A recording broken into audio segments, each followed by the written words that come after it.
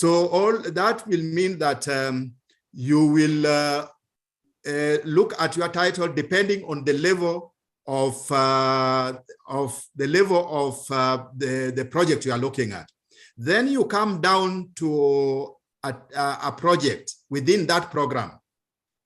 If you come now to a project within that program, you will find something like breeding for resistant to sugarcane smart.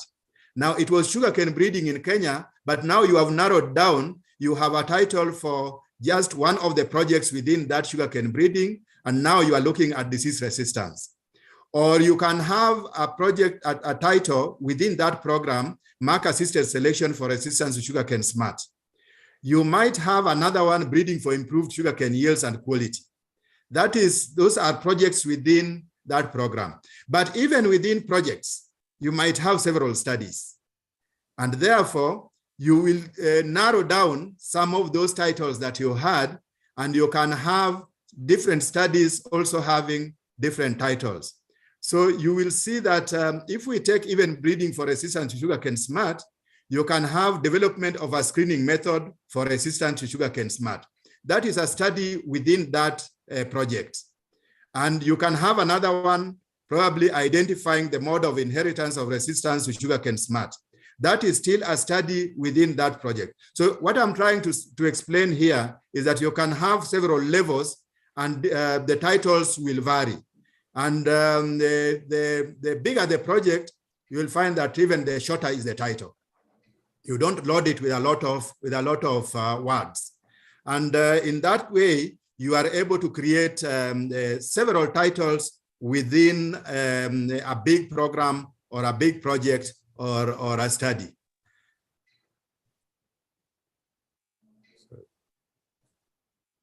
It is not responding. Okay. Now, sorry, I was getting a bit of hitches again. Now, let us look at the types of titles. There are several types, but I will just explain two of them. There is the continuous title, which we are all used to. Again, giving an example of sugarcane, you can have development of early maturing sugarcane varieties. That is just a title which is running. It does not have a lot of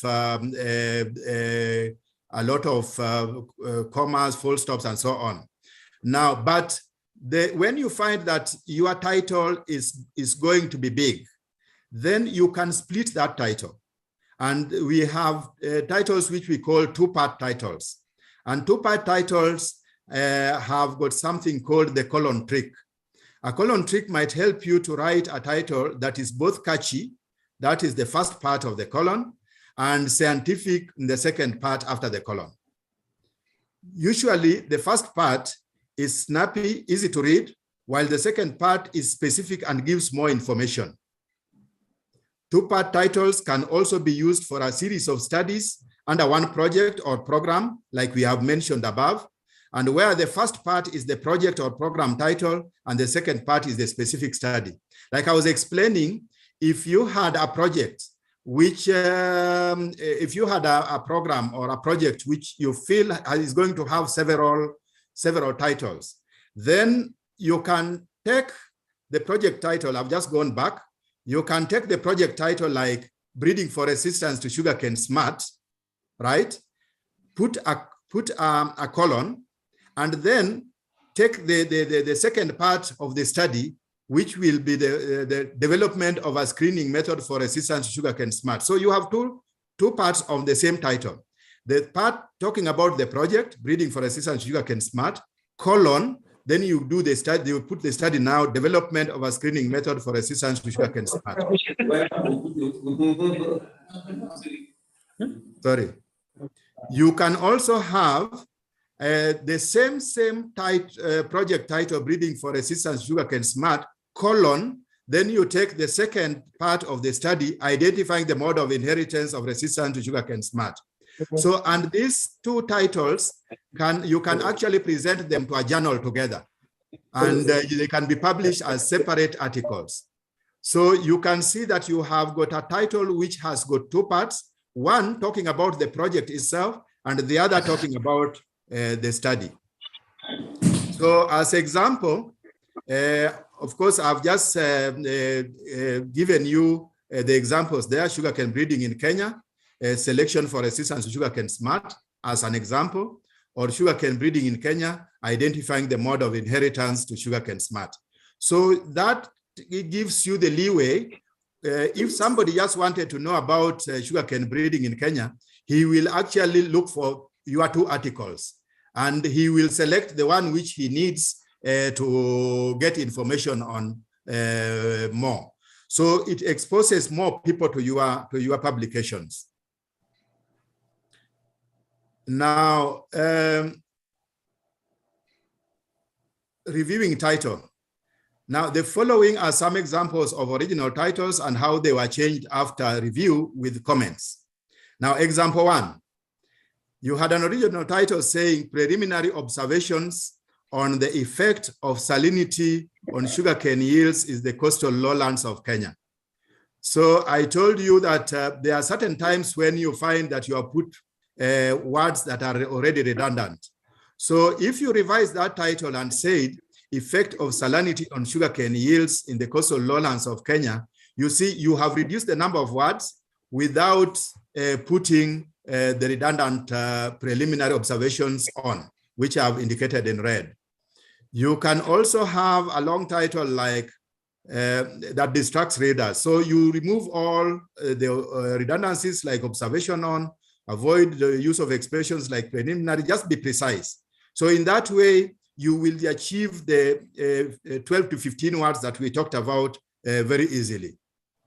The second example, if you have an original title like efficacy of fungicides on coffee berry disease.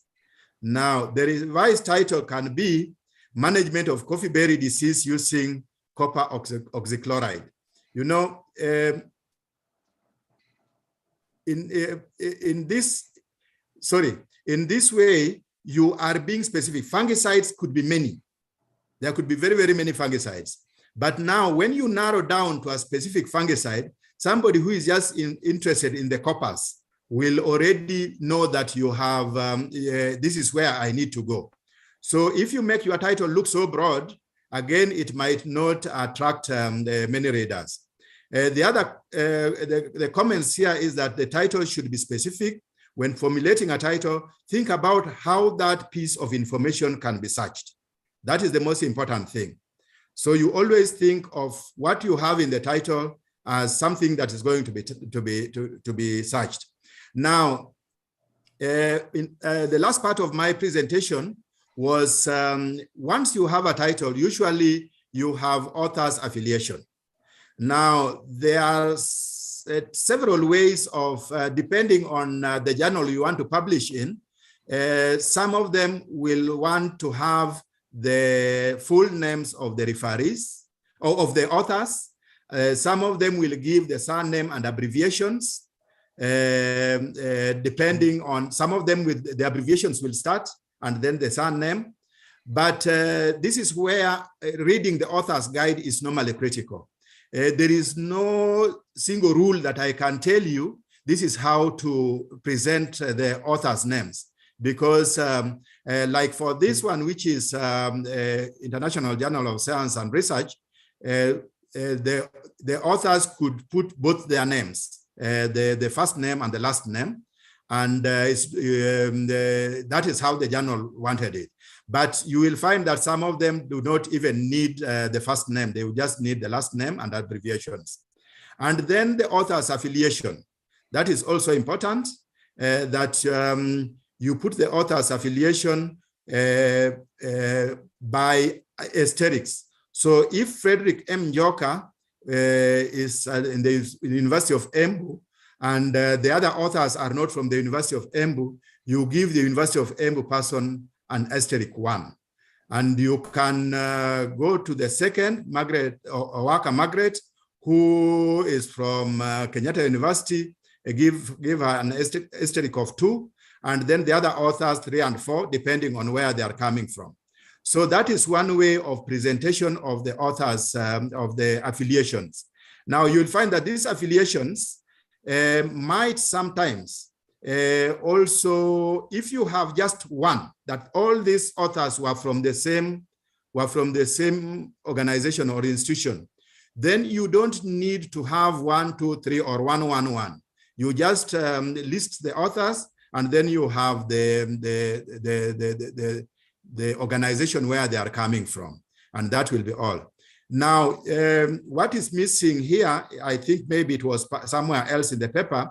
Usually you also indicate the author for correspondence, because you will notice that when you are developing your manuscript, you will require to correspond with editors and reviewers. So usually one of these authors who is listed will be the one who is for correspondence. So that is normally also indicated, and you can have a symbol like a hashtag or something to indicate that author is the one for correspondence. Sometimes these days, I'm told people just put even an envelope to indicate that that's the author for correspondence.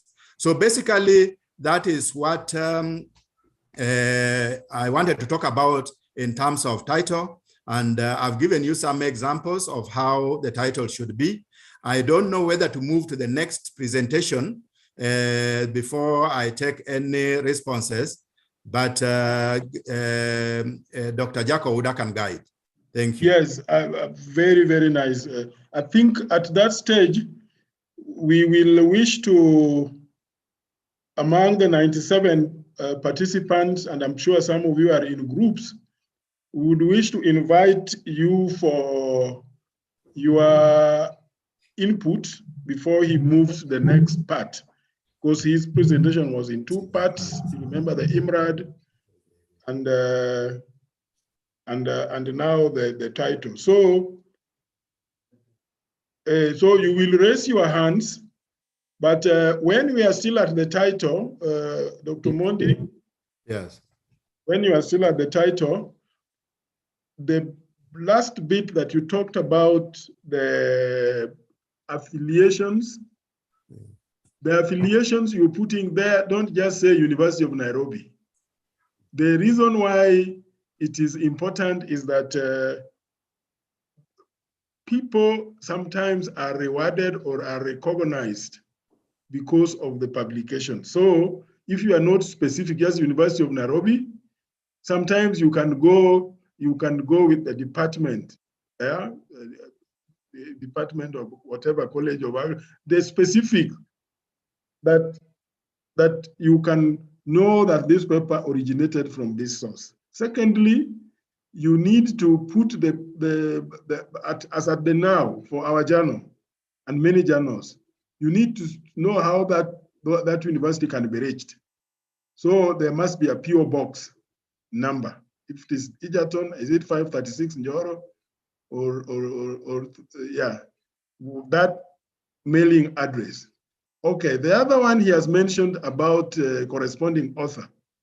Many times, it is not that the first author is the corresponding author. Sometimes, the first author is a student or is a worker in a project whose main driver is the last author or one of the authors. So the corresponding author, and I've been an example where I published, and the corresponding author was my supervisor.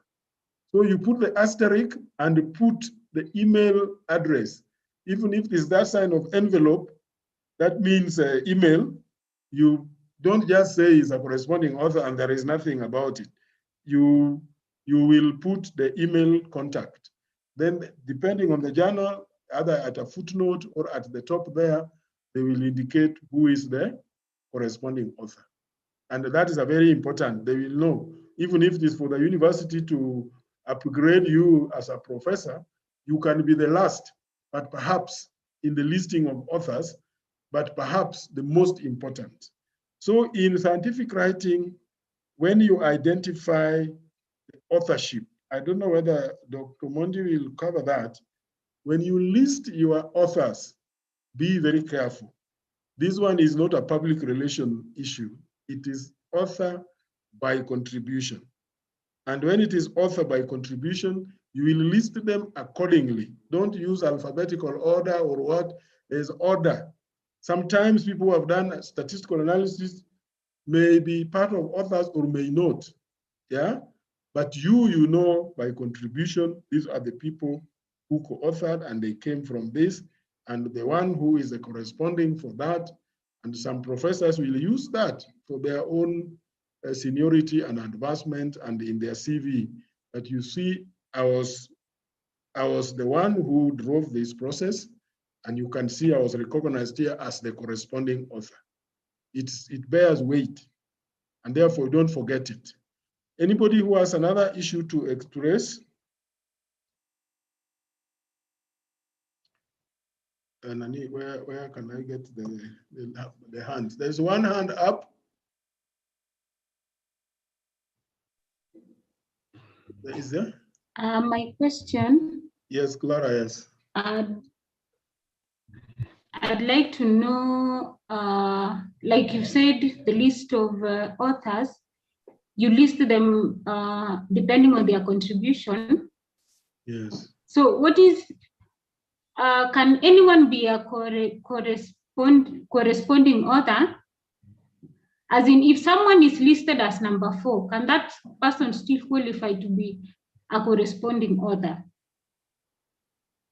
Or does it mean that only others to be a number 2? I think I've explained that, and I want to, so that we learn together. I believe Chebet is at that stage, but can I get the names of the people here? That is Clara.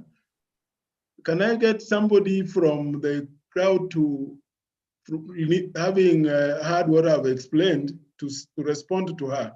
Dr. Mondi, I know we can respond, but let the students also participate. Let them raise their hands. Can you raise your hand, whoever wants to respond? Raise your hand.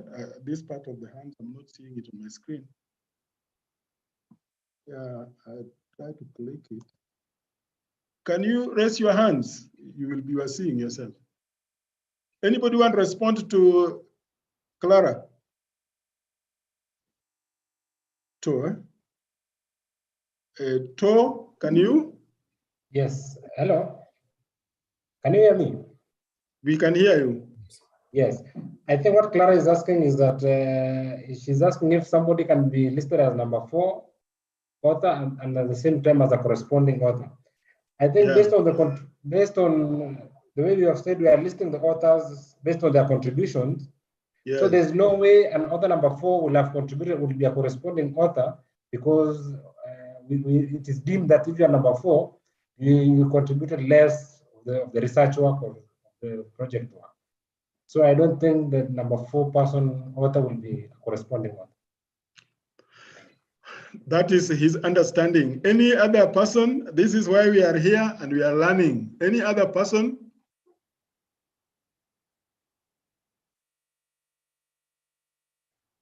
Or don't believe any other person with any hand? I can see Sang. Sang? Yes. According to my understanding, the corresponding author number 4 might still have the same weight as corresponding author number 1 or number 2. So that, as in, we cannot have all of them under number 2. That's how I understood it.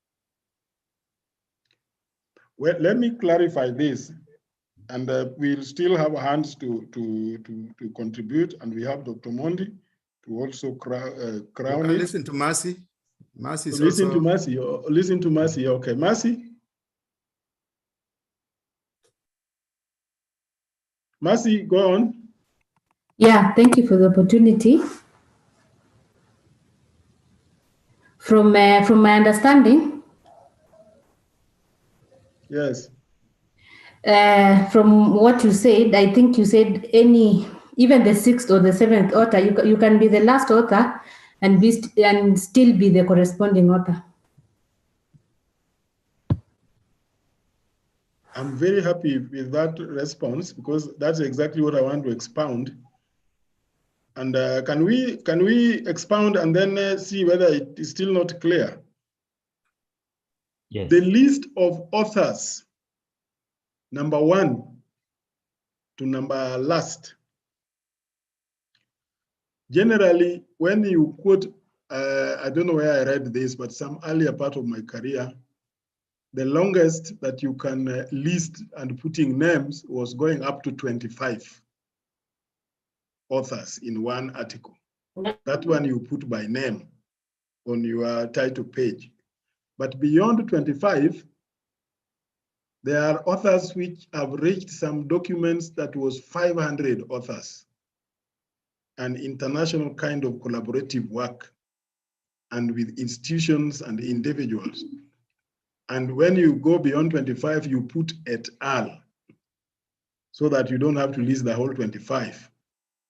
And in that, the book itself, if it was a book or a journal article, will attempt to list, but in there, we'll debate that later. It may confuse you. So all these 25 people, regardless, you are not going to write a paper with all that number, at least now. All these people are equally important. When Calro was evaluating scientists based on the papers they have authored, number 1 had the highest weight, 10 marks. Number 2, very closely, 8 marks. Number 3, 5 marks. And above 3, all of them were 5 marks. Number 3 and above, 5 marks. We are giving number 1 recognition because of the central role this person is playing. In the British system, the person they look at very much is number 1 and number last. Number last, say, imagine you are 25. The most important is number 1, and the last is the next most important is number last. Because the way you do the bracket, open and close. Number 1 opened and the last closed. The last is the departmental head who brought the project, who brought the thoughts, who brought the ideas, or it is the principal investigator in this project where some students or some co-workers, colleagues have been brought in, the way Dr. Mundi has explained, to take a certain component, breeding for the sugar in Kenya. Somebody has identified cultivars. Somebody has identified agronomic suitable practices. Somebody has identified, worked on diseases and disease resistance. So these are now the first authors, but the last, or sometimes is the position number 2. Position number 2 and position number last are very crucial in the listing of authors. 1, obviously, you know, but position 2, be very careful, and position last, be very careful. They could be the most. I've seen in Calro where they have works with Dr. Lusike Wasilwa.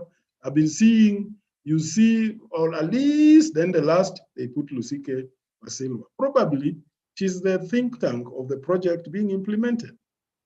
And therefore, don't put that the people who you are putting in your title, in your authors, are of lesser importance. All of them have played some roles and they are recognized at that level.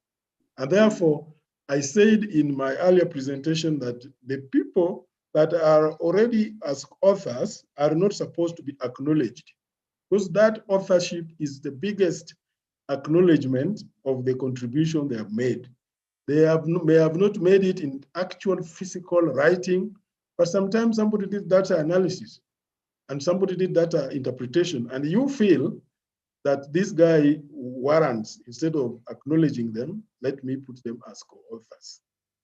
And therefore, that is the thing that is given to the principal author to identify and merit and acknowledge and appreciate the contributions of people. But if we see you now doing your paper and you put a Jack order because I'm the editor-in-chief, just because you want some PR or some politics or some, in quotes, yeah, some corruption to have a name there. No, that is not how to do it in science. It is by contribution.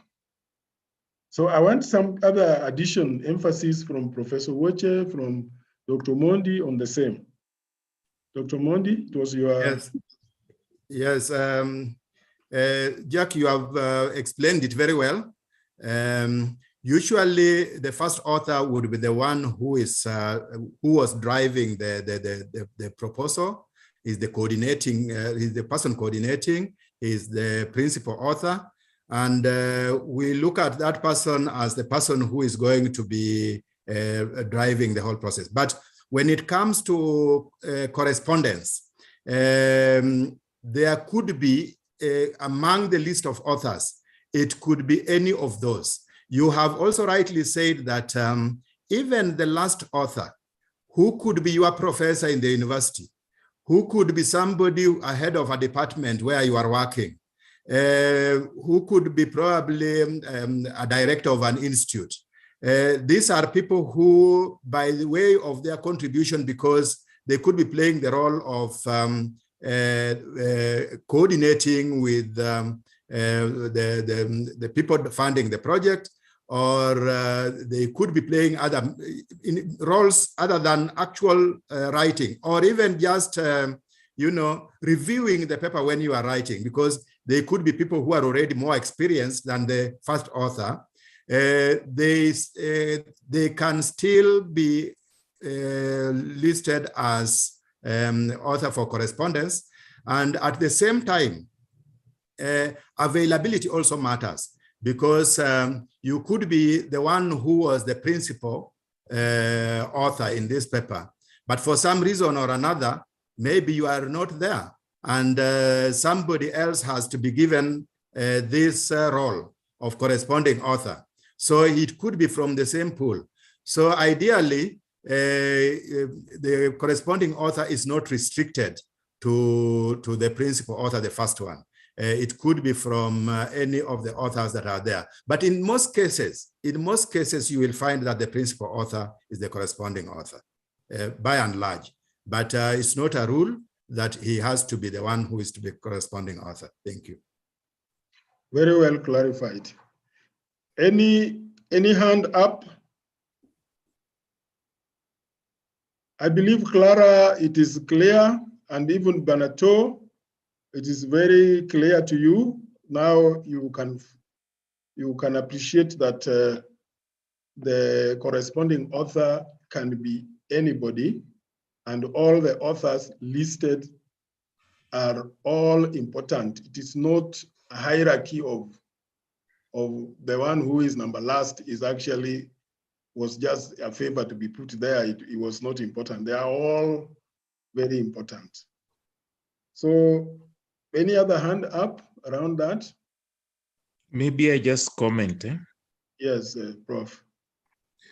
Yeah, I think you have explained most of the aspects of the title and affiliations. And what I would like to emphasize is the order of the names. Yeah. You have already explained. Yeah. In case the first author cannot publish, you have to be very careful, cannot publish. I cannot take that work and write and put my name first. It will be unethical. However, in some institutions, when you get in, they give you a form to sign that when you finish, you publish. After 1 year, if you don't publish, your supervisor might take it and own it. So you sign from the beginning. So you have obligation to publish that work. In other words, you don't keep it in the shelf like that. So make sure that if you are doing research, you know what to do from the beginning, and you agree how you're going to publish and those order of those names. But I think Dr. Uda has explained who should be the last. But in the Kenyan version, most of us here think that the last person has done nothing, which is wrong. So you have to be very careful when you are in institution and you are going to publish, and you should know your role and make sure that whatever you get, you publish. The issue of the title, I think you have explained properly. And when you check the manuscripts around that we received, people are throwing words. They are not writing the title properly. They are not taking the information and summarizing what is in the research. So that has been a problem. When you read the title and the introduction and the work done, you find somebody just picked the words and wrote the title without being careful. You have to be very careful with your title. I think that is all.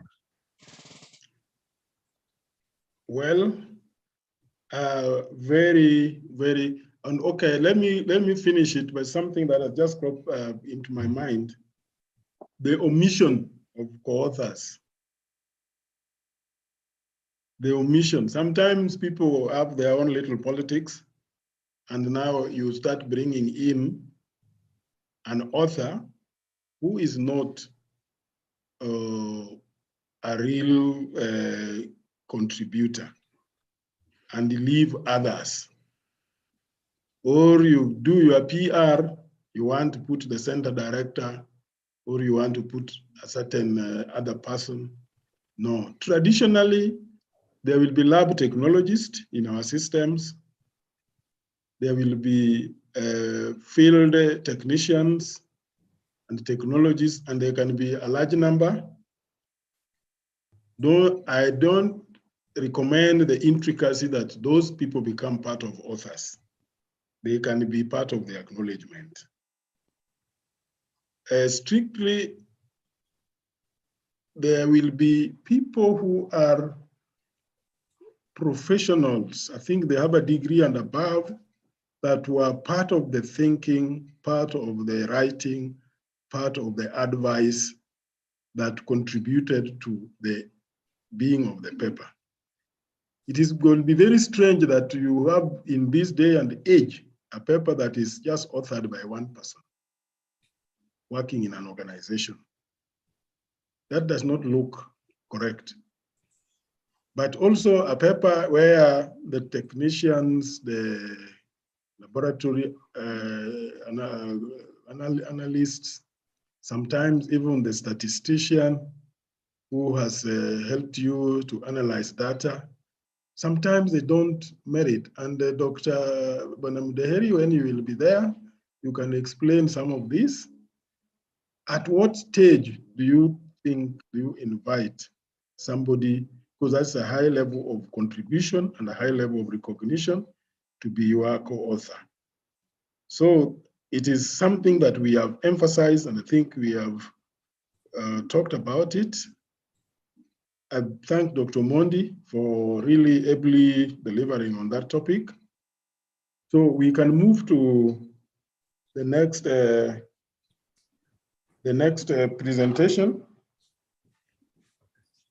I have a problem with my left eye. Yeah, so let's move to the next presentation. Or is there any issue? Any hand?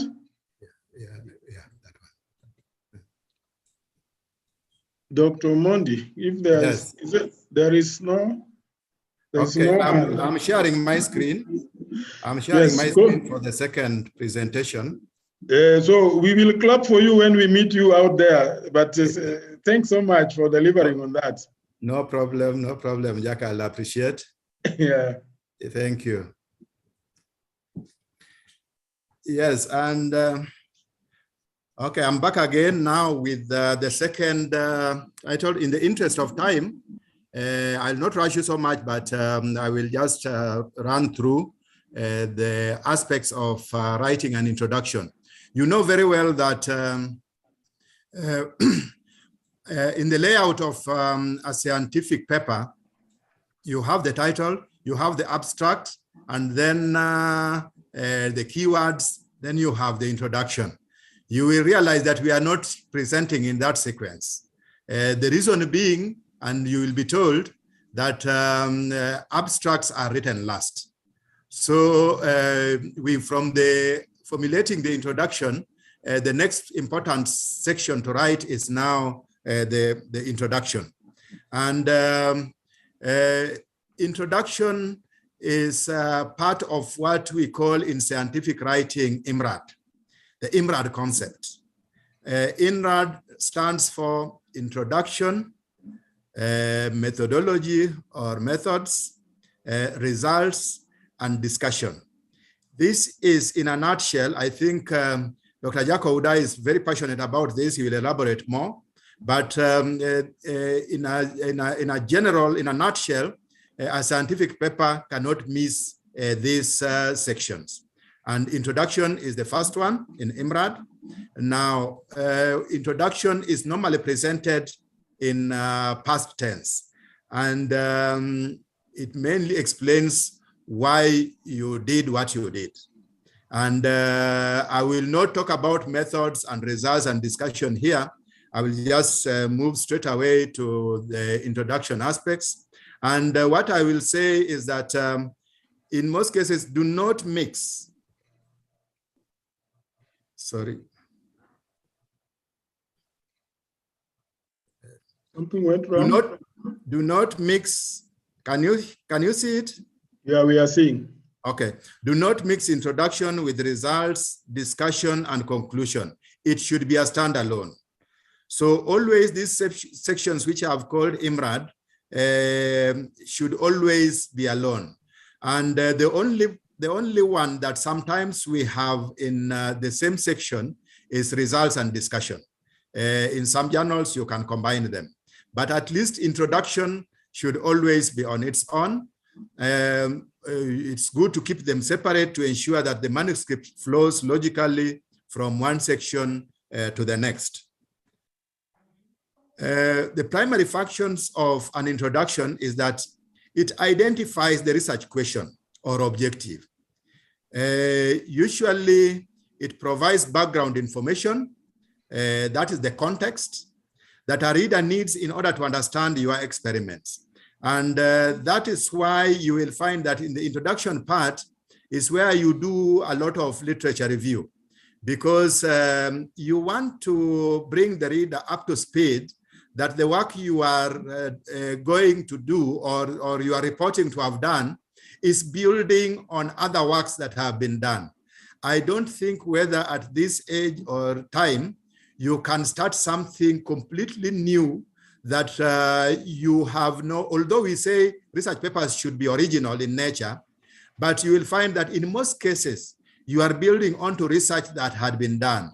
And your research is only identifying the gaps that ought to have been, that could be missing, and then identifies the research area and goes down to state the objectives. So it is important for us to know what others did in a similar field.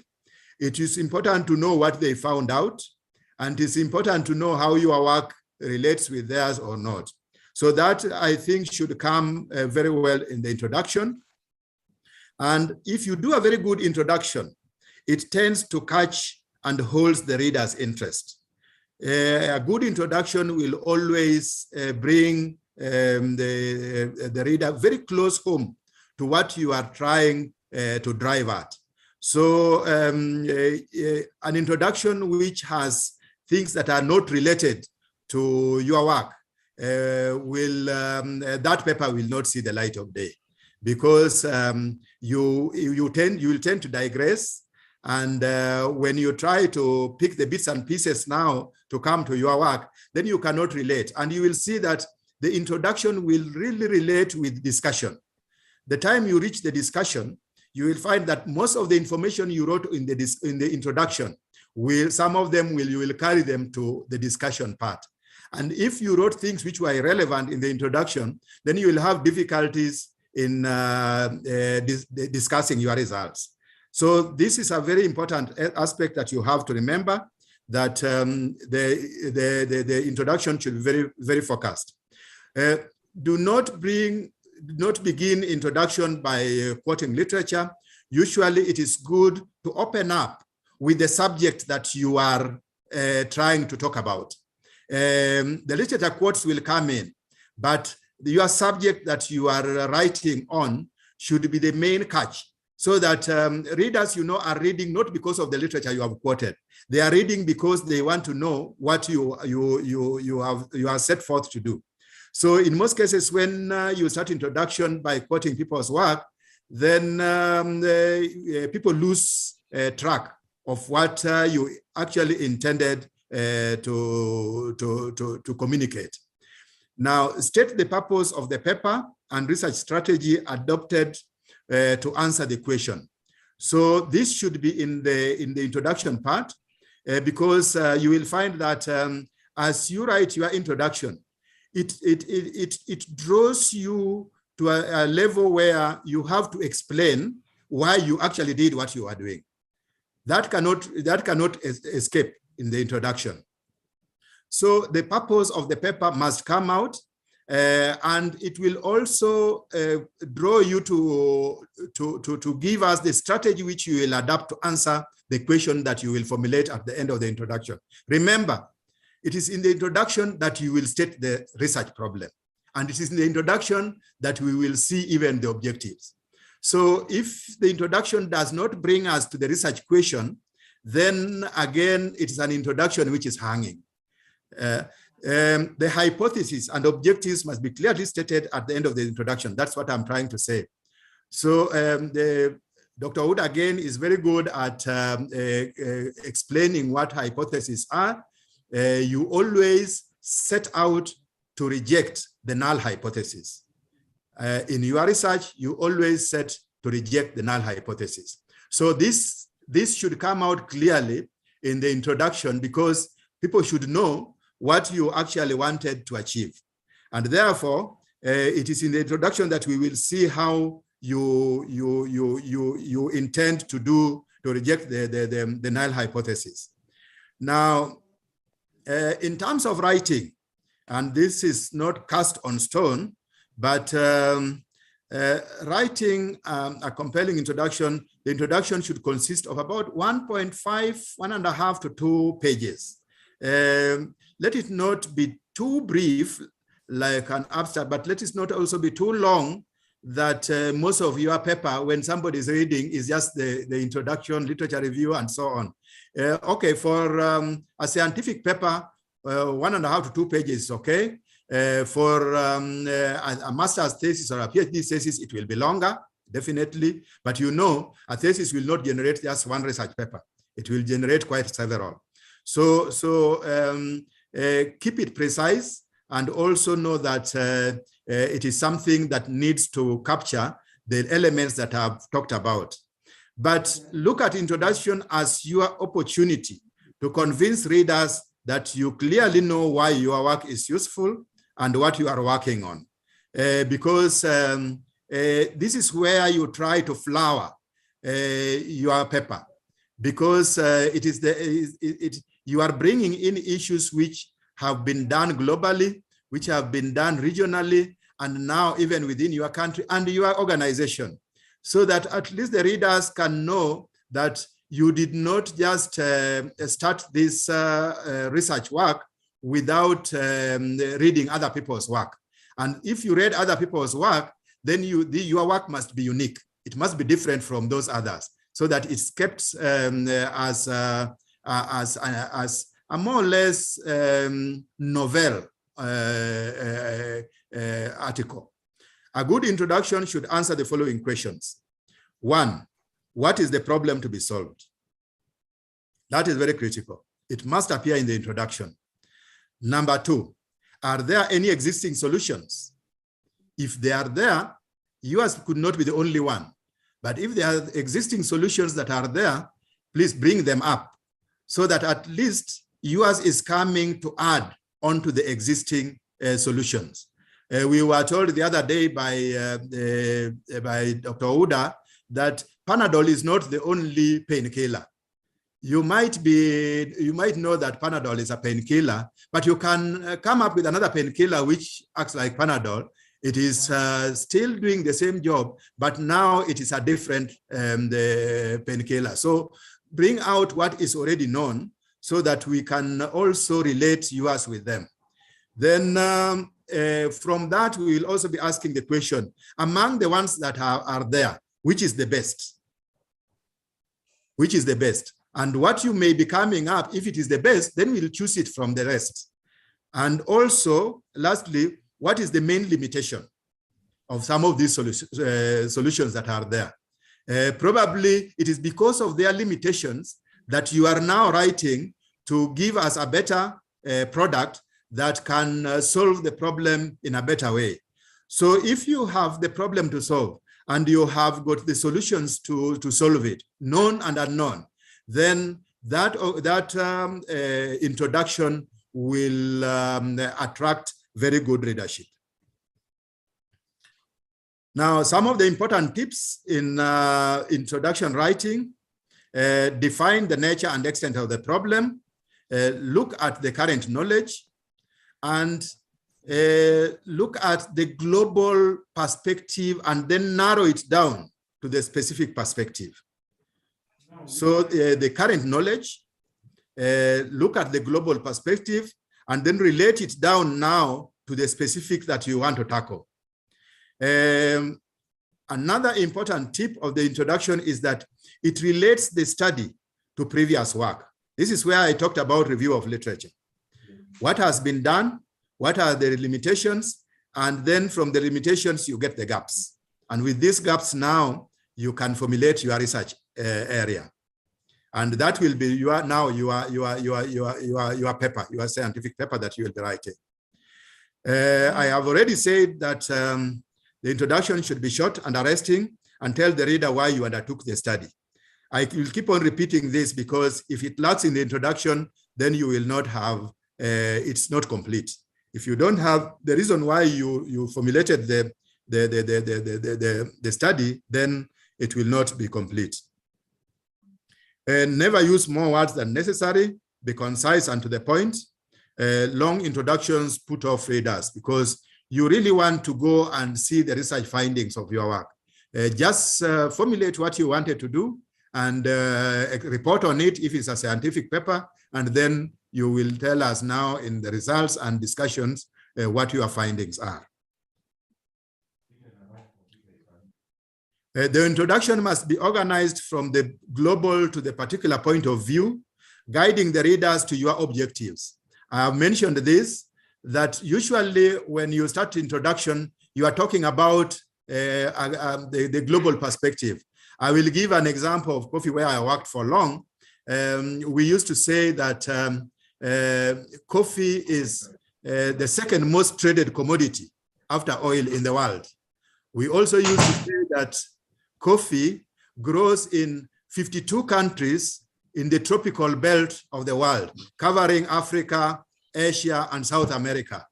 So you see, you can bring a lot of global perspectives. If you are talking about diseases, you talk about one of the major diseases of coffee is the coffee leaf rust. You take about coffee leaf rust and say it is prevalent in all the coffee growing countries in the world. Unlike another important disease like coffee berry disease, which is only known to exist in Africa. And a third one, which is called bacterial blight of coffee, which is only confined to Kenya. So you see, you can start your discussion from a global perspective, come to Africa, and then you narrow it down now even to your country.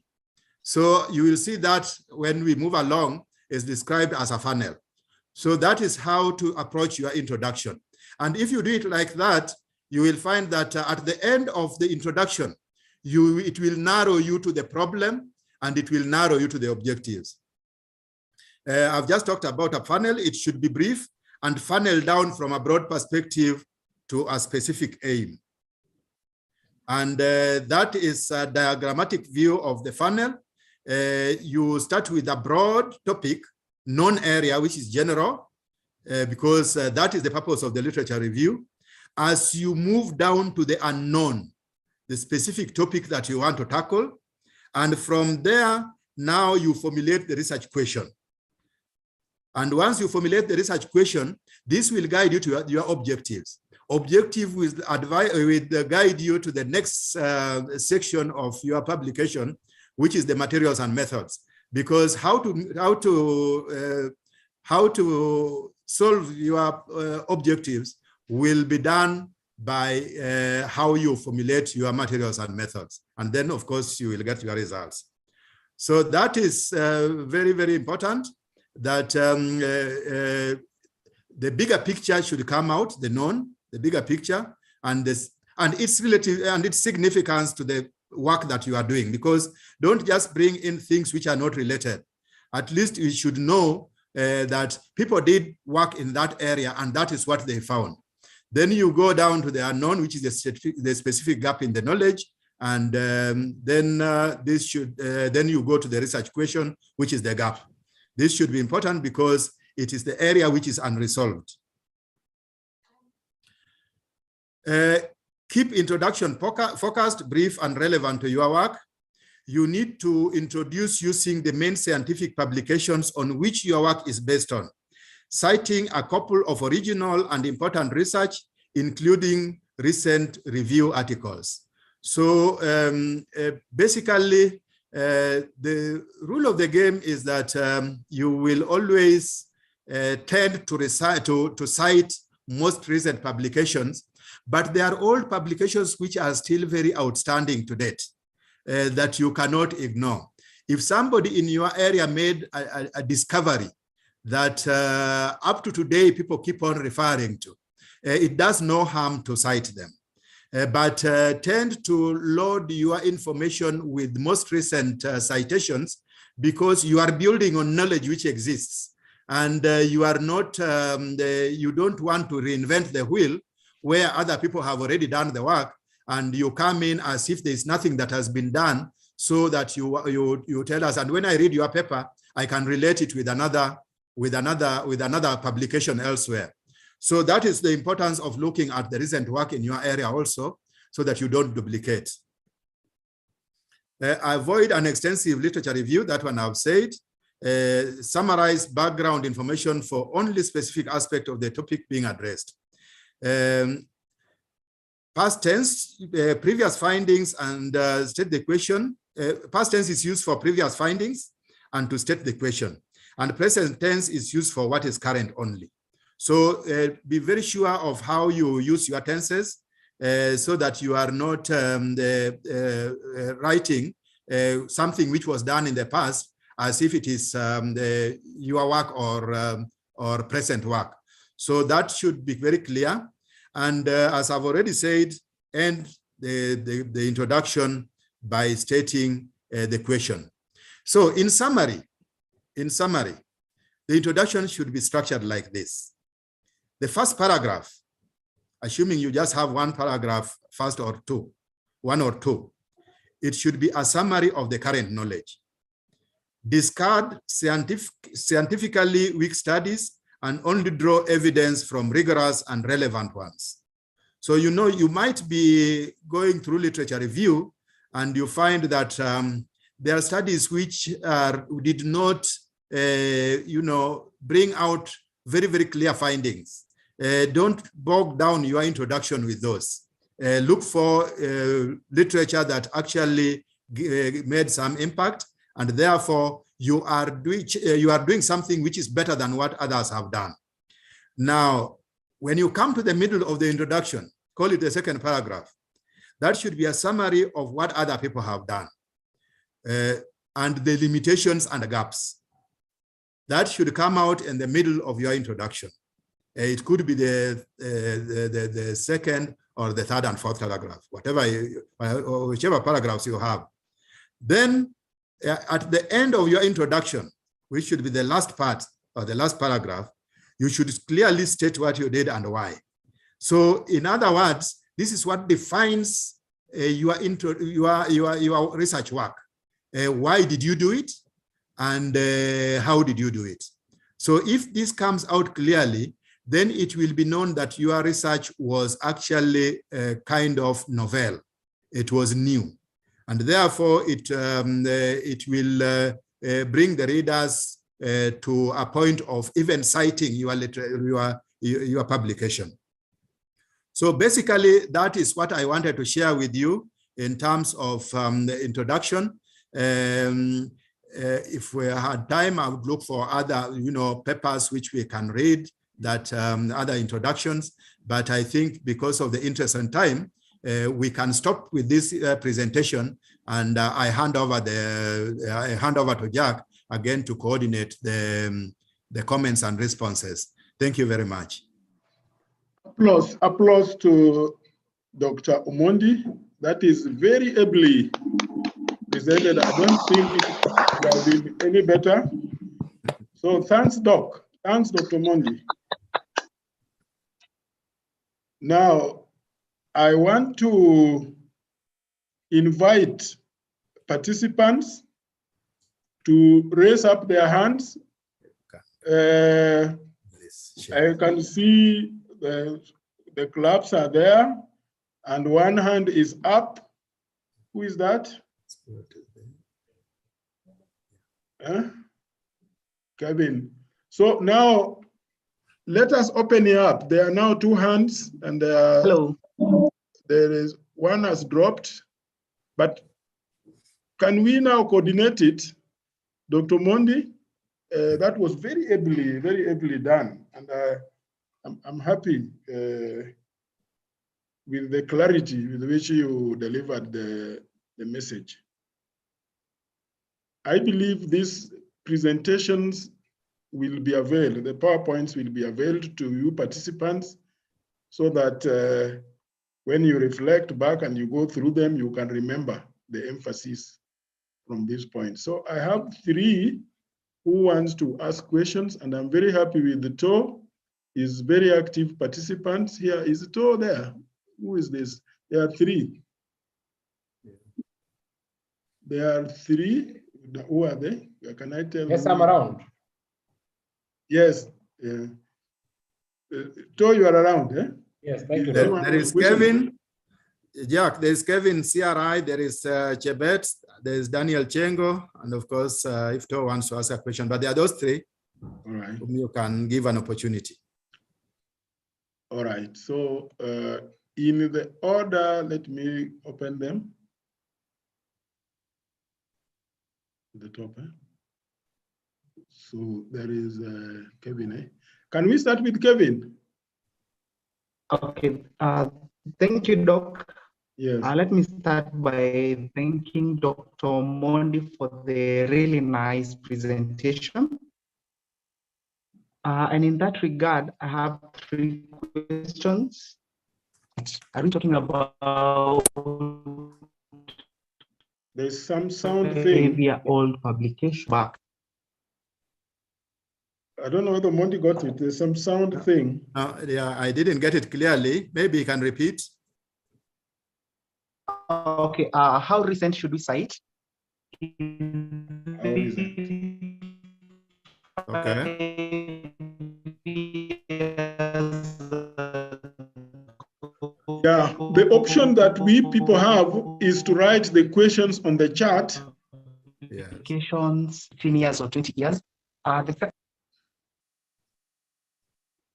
Kevin, you are still continuing? I think it was a challenge with Kevin. The second.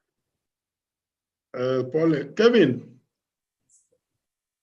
But sometimes when we hear, it benefits other participants.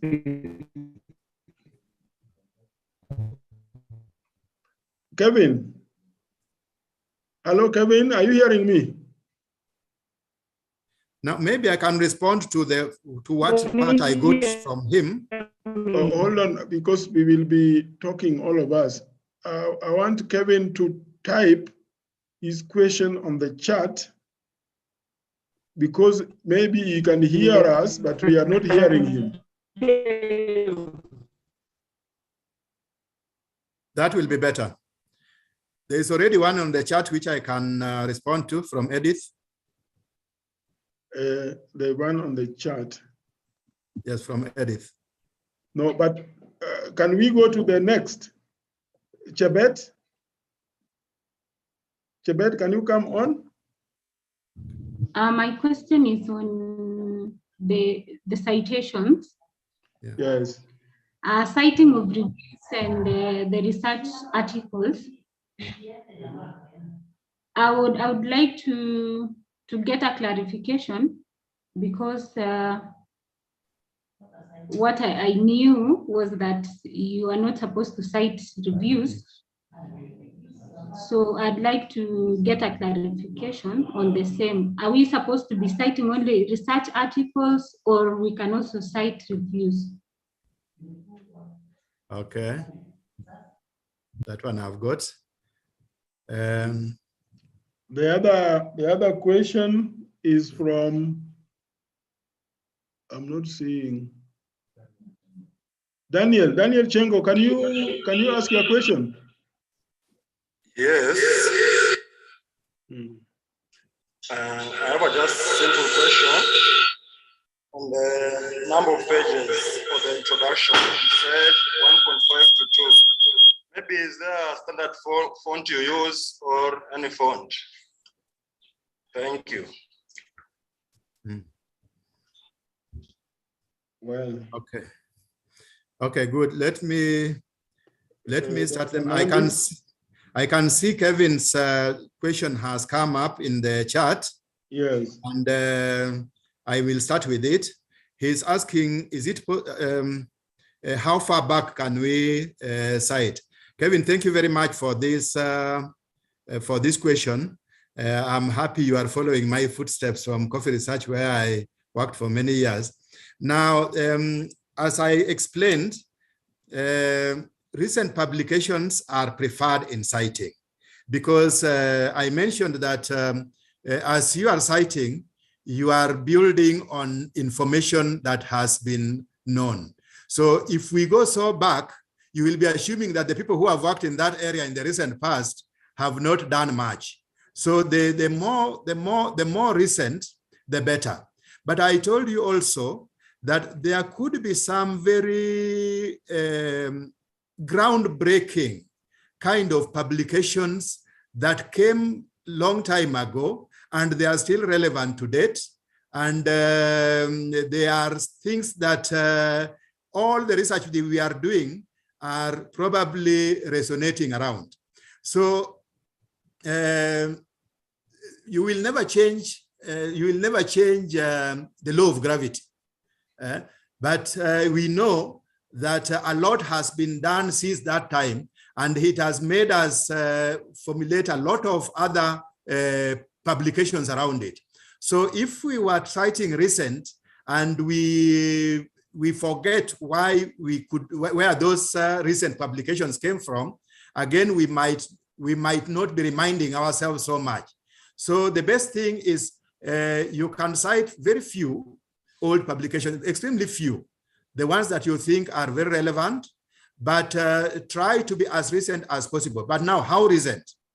How recent can be as recent as yesterday or even today, if there is a paper that is relevant to you. But at least if you go to 3 years, 5 years, that is still counted as recent, depending on the area of science where you are. There are certain areas where publications come very, very fast, and even 1 year might sound that it's a long time enough. But in certain areas where it takes long for a publication to come out, even 5 years is good enough. Those of you who are working on tree crops, for example, and you are doing something like breeding, it takes a long time even to develop a variety. So that by the time your variety is coming out, you could be probably in employment for almost 10 years. So what you develop after 10 years could still be recent. Those of you who are probably in socioeconomics and you are doing surveys and you are coming up with publications which are which change very fast, then a period of 6 months to 1 year those are recent publications, but things change, are very dynamic. So if you go to 5 years again, it will not be as recent as somebody who is working on a long-term project. So recent is comparative, but look at what you are doing, and also don't forget the old ones. But the main principle is that try to build on the recent publications as much as possible, but only keep the old ones for a kind of reminder. Then Edith had asked in the chat, what is the difference between first paragraph and second? I just used paragraphs for illustration purposes, but what I meant is that if you had to put your introduction into 3 parts, the first part should be looking at the global perspectives and the literature review. Then the middle part should now be giving you, the gaps, what people have done and what are the gaps. Then the last part should be looking at now your research question, why you did the project and the objectives. So in other words, if you just want to call them parts, is still acceptable. The one part could be having more than 1 paragraph, but I just use the paragraph for ease of reference. Then I think there was an issue of citations. Can we only cite research articles, or can we also cite review articles? For me, I think it is quite in order, because review articles usually review other people's work. Now, if you cite a review article and it was already citing other people's work, I think that is still good enough. But you will find that in most cases, your citation might have several people. So the person who has cited last will actually be the one whom you will be starting with most likely. And then because he has mentioned other people also on the same area, then you can cite the people also whom he or she had cited. But there is no harm in citing a review article. It can still be cited. I don't think whether it is contradictory. That is still something that we can do. I'm just looking at the charts. Oh, okay. The questions. No, yes, the questions. What do you mean when you mention that the last paragraph should state what you did and why? Do you present this in form of hypotheses and objectives? Kindly clarify. Now, what I meant is when you are writing the last paragraph, you have already mentioned the research gap in the middle of your introduction. And here is now where you are coming in to say that that research work, you want the gap, how you want to address the gap. So if, for example, you found that there was some disease which was affecting tea or coffee or sugar, and people had worked on it, and they had come up with varieties, for example, which was addressing that. But you find that in the middle of your work, the varieties that were released earlier have broken down. The resistance is no longer there. Now, for you, that is the gap. That is the research. So now you want to say in your last paragraph that although there was some earlier work that was breeding for varieties for example, coffee berry disease, but those varieties have since succumbed to the disease, now you want to come up with a new variety that can still address the same problem.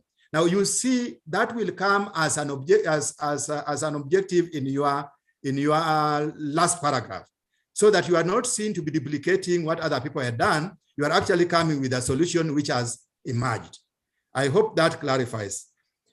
So there is another question. Is it ethical to cite from author's introduction section or only from their research findings? Good. This is a good one. Usually when you are reading the introduction part of an article, you will find that the author has cited papers which you may have not read yourself. Now, the challenge is, do you have to go back to that paper and find out what that person wrote? The best thing would actually be to find the paper. That would be the ideal, to find the paper, because you want to be sure that what this author is citing is actually carried from that paper which was published.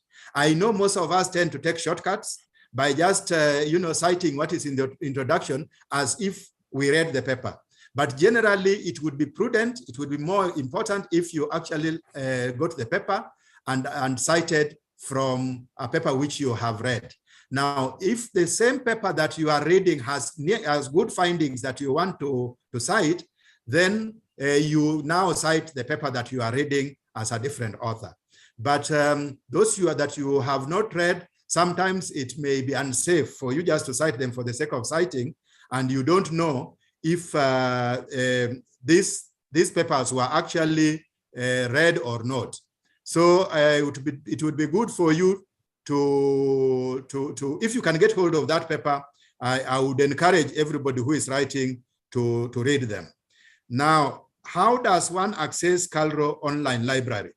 This, I think, maybe I may want Jack to address, because he's in the journal, and I think he has got more detailed information on how even to access the IAFRO journal, in which he's the editor-in-chief.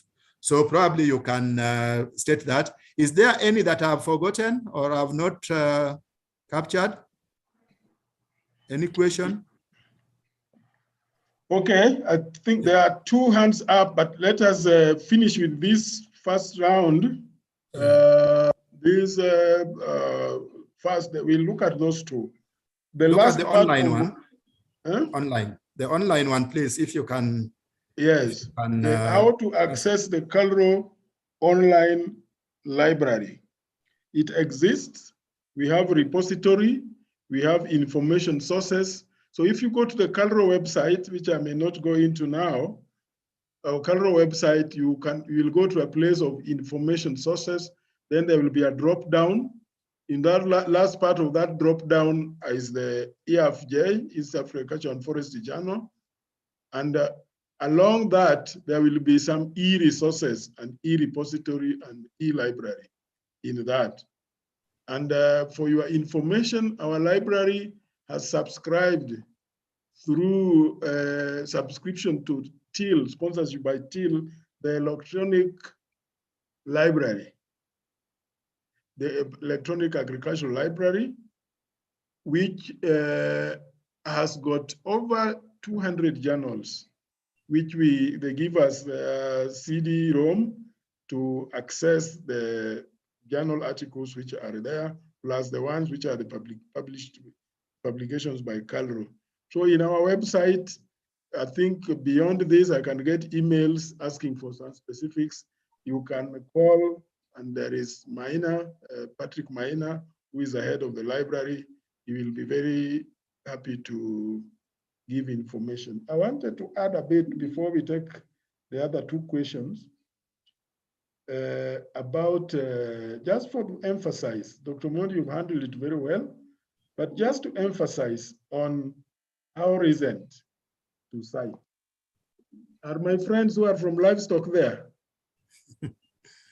The livestock guys, when you are doing some studies, we explained that the work you are doing is contribution to the science, and you are coming from that background to add. And therefore, there may be some classical work, Dr. Mondi has explained that very well, that has been done and has never been challenged. It is still the method that is being used. So that work, people in livestock, I was trying to, if you want to do artificial saliva for doing in vitro digestibility studies, the artificial saliva was done in 1948 and published in a journal of biochemistry in 1948. And therefore, the person who did this, still, I can't remember now if it is always the one to cite that artificial saliva was done by so and so. In 1948, I used that same method to compose.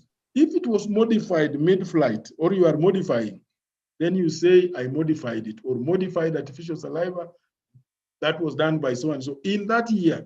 So that can be as old as even 15th century, if it is the person is to be attributed. You know, in livestock, if you're doing nylon bag technique to do digestibility, Oskov will always come. That is his attribution. So you are not limited by the age or the year. You just have to give the attribution to the right for the work you are doing. Sometimes you want to modify that method, and that method was done in 14 something, and it has been working, and now you want to change it. You have to quote where you are coming from. And that is why even for fiber digestibility, you always do Van Soest, 1980. And there's no way you can run away from that. But in other aspects of justification, you ask yourself, why are you citing? You are citing because you are justifying your work now. And that is why you must be as recent as possible. Citations are justifications. Citations are attributions that you are using the methods that are proven. And therefore, you cannot work as if if they are your own original ideas, you are doing a modeling, which is a new thing, then somehow you explain very much detail so that later on people can emulate you. I think that was well answered by Dr. Mondi. I've also tried to emphasize there is one hand up. Is it by Kevin? Yes. I can just comment. Yes. Well, Dr. Uwoche wants to comment. Professor? Yeah. Now, from our observation, the introductory part normally contains irrelevant information. For example, you find somebody doing molecular work in maize. And this guy, the author will write the importance of maize, the production of maize, and you find the whole, that information is completely irrelevant. If you are doing molecular work on maize on a particular aspect, just lay emphasis on genetics and molecular work on maize. So that is a trend, and you find most authors, they will always present irrelevant information. Number two, that section, you are not supposed to give us your idea. You are supposed to be citing relevant work, relevant information, and you move. You articulate them and continue moving, okay? So if you start giving your opinion in that section, you are lost. Then the next one is you might be working in an area that is totally new. For example, COVID was never there, and you want to do research on COVID. It will force you to look for information in related viruses, the viruses that are related to COVID. Because COVID, it was just new, it just came up. You cannot get publication. So you have to now look for information on related viruses for COVID. And that's how science is done, especially if you find yourself in a totally new area. I think the issue of publications, how old they should be, Dr. Mondi explained, there are certain areas you cannot avoid. If it is Mendel is 1825. You cannot change that. If it is statistics, there are people who worked on aspects of statistics, 1955, Fisher, 1933. You cannot change those. So when you are citing, kindly check, and there are some citation you'll find you are limited. However old they are, you have to mention them. Thank you. Yes, on the same, I think we want to exhaust this. There's some types of citations.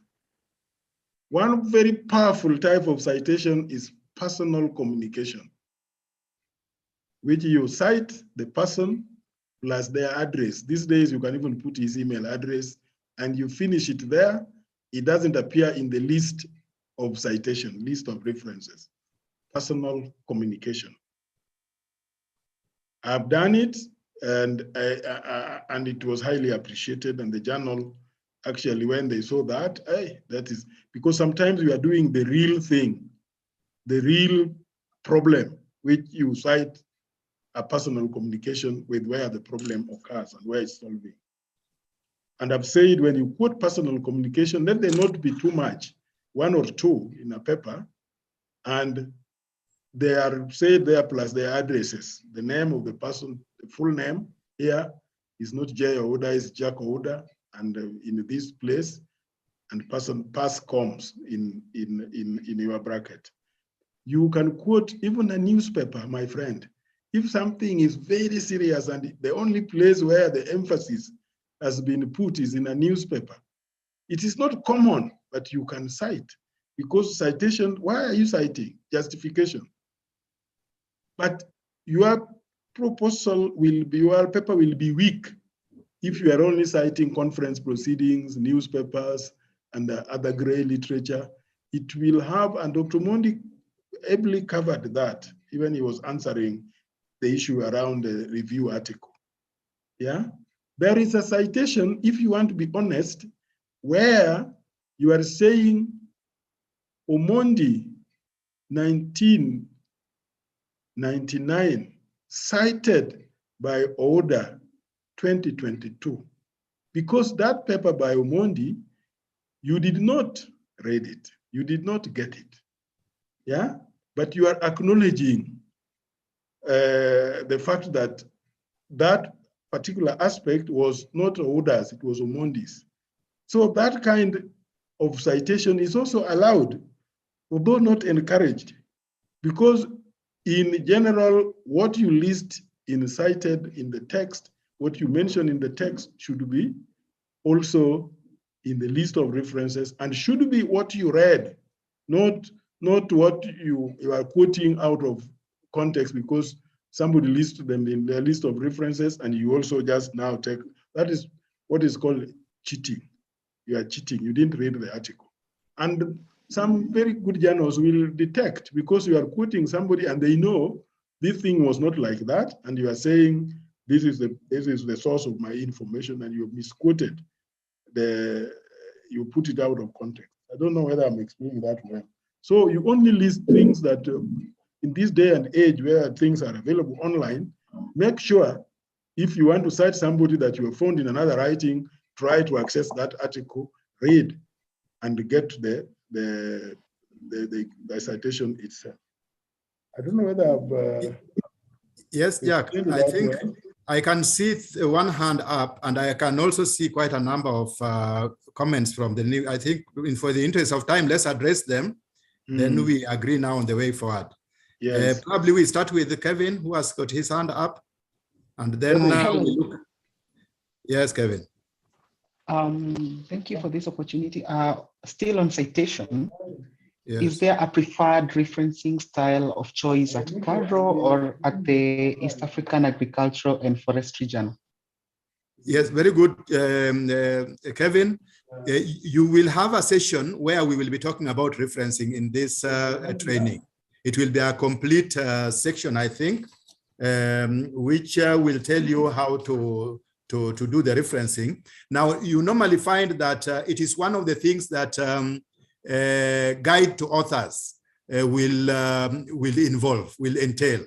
The different journals have got different styles of citing literature, and you should only read the author's guide to be sure that you are on the right track depending on the journal where you want to publish. But Jacoda will tell you that the Afro Journal has got its own guide to authors and a style of citing literature, but it will be dealt with when we reach there. Now, moving on, I would like to mention Daniel Chengo. You had actually asked a question which I'm sorry I didn't answer at the right time, but I can still answer it. You said I talked about 1.5 to 2 pages for the introduction section. I also clarified that it's not cast on stone, but you have asked a very valid question. What is the font size? You could also go ahead and ask what is the spacing, the line spacing. Now, usually when we are submitting our papers for publication, the standard font is normally the Times New Roman, which is quite standard, and font 12 is usually the preferred. Font 12 is normally when you are submitting your manuscript for review, usually font 12 is the preferred. Now, the abstract will be single spacing usually when you are doing abstract, but the body of the manuscript should be at least 1.5. So that with that guide, you can be able to know what information you can fit in 1.5 to 2 pages. But still, some guide to authors will give you the number of words. Some guide to authors will give you the number of words so that you are not trying to grapple with whether to fit 2 pages or 1 pages on a font 10 or font 9. They will just tell you abstract should have so many words, maybe 250 words. And with those words, you now have to see how to fit it with the font size that I've mentioned and also the line spacing that I've mentioned. So that is something that, again, we can always be able to address. Now, somebody also asked, between objectives and hypothesis, which one comes first? Now, when you are writing your introduction, you will always find that at the very last end, because you want to move from introduction to materials and methods, the objectives must stand out as the last thing that you want to state. So if you wanted to state your hypothesis, it should come earlier, because after the objectives, then the objectives will now take you straight to the materials and methods. So I would prefer that by the time you are finishing, your objectives should be very, very clear so that it flows logically to the next section, which will be materials and methods. Another question that has come, this one I will ask Jack to respond to. Dr. Ouda, what is the cost of publication in Afro Journal? I think that one has come. So you will be able to address that from Daniel Robb. He's asking if it is free. So that is, I think, the questions that I captured. So if you want to move on, Banajak, maybe you can address that. Yeah, it has been 6,000 per manuscript, and this 6,000 covers what we call subscription for the whole year. When, in principle, when you publish with us in a year, you are entitled to receive the copies of that publication for that whole year. If you can publish as a 4th quarter, meaning at the end of the year, we still give you back those days of reprints and the journal itself, a hard copy for the institution, you and the institution where you work. And that was, each publication was 1,500. And if there are 4 in a year, that comes to 6,000. We are reviewing it upwards to 10,000 because of the cost of how things are. We need to have a board meeting to ratify that, but we are going to review it upwards to about 10,000. But if you were to publish today, it will be 6,000. Okay, thank you. I hope we have done justice to that section. It's now almost 20 minutes to 2. Dr. Oda, probably I hand over to you now to give us direction.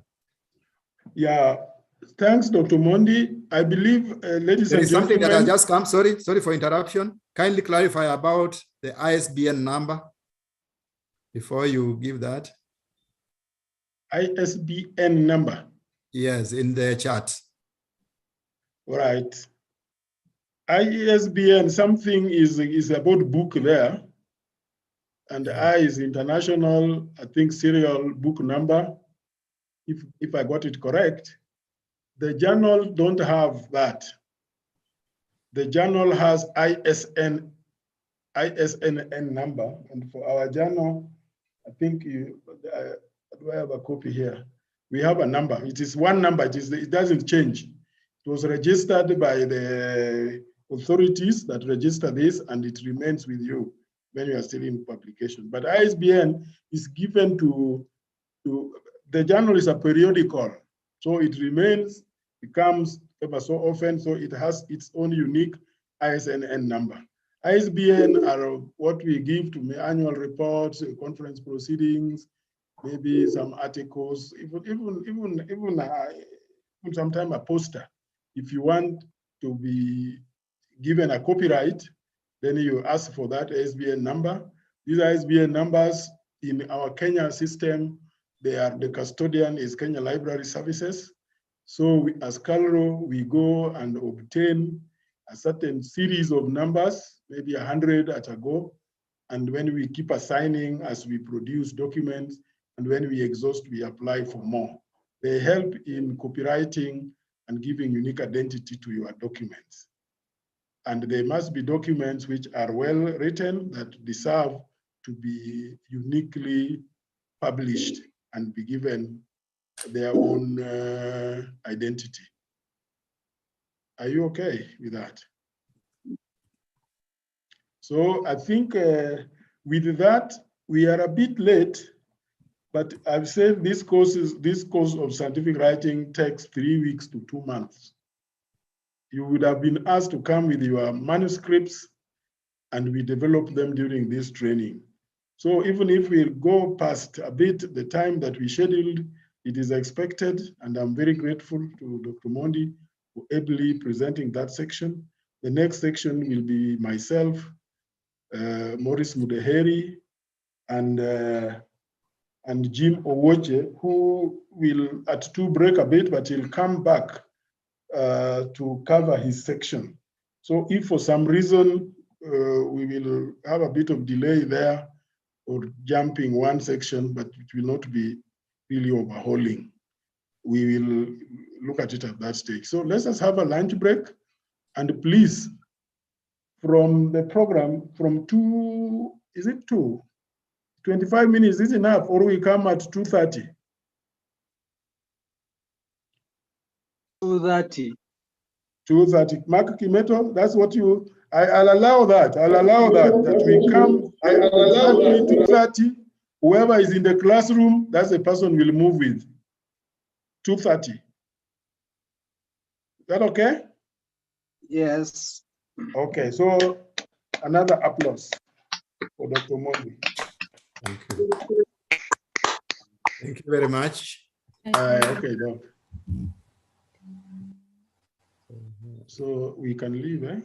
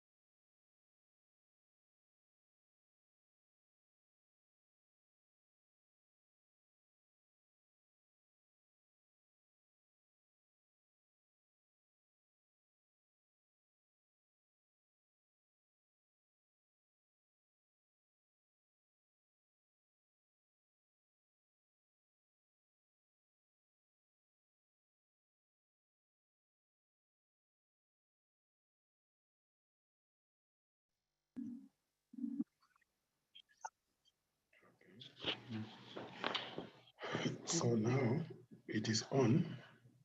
I don't know whether people have logged in. How can I check?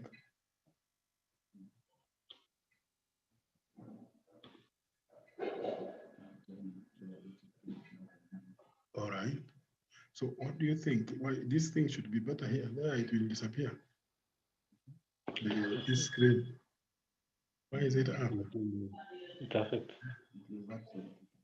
It's hard to be if it will give a lot of other things. Gani. It was blocking.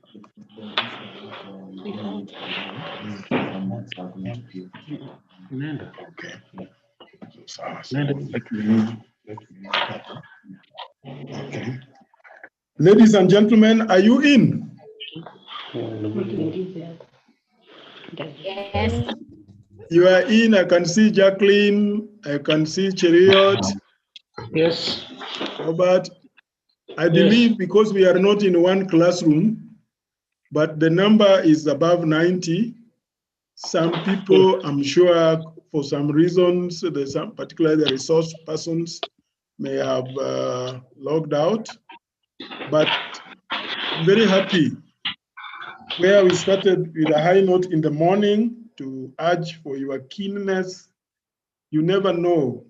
As we are sitting here talking this, we are product of this process in the earlier part of our career.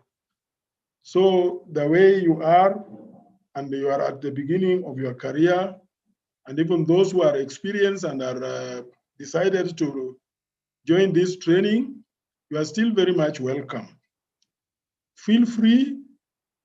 We have the IT support here. If you want intercept for some clarification, feel free so that we don't leave anybody behind. And the product of this will be many papers written successfully to reputed journals, not predatory journals, which people sometimes publish in, and it is really conmanship. So this is not what you want. This is not what Calro is trying to sharpen. We are sharpening you to be focused, reputable, respectable writers. Now, we are going into the methodology section, which we call materials and methods. The materials and methods actually is the make and break in writing a scientific paper. If people cannot clearly see what you did scientifically and see the results you are talking about that could have come from that process, then your paper, in fact, in the international journals, that is where we fail most. And that is why I want to try my best using the people that we have aligned to deliver this topic.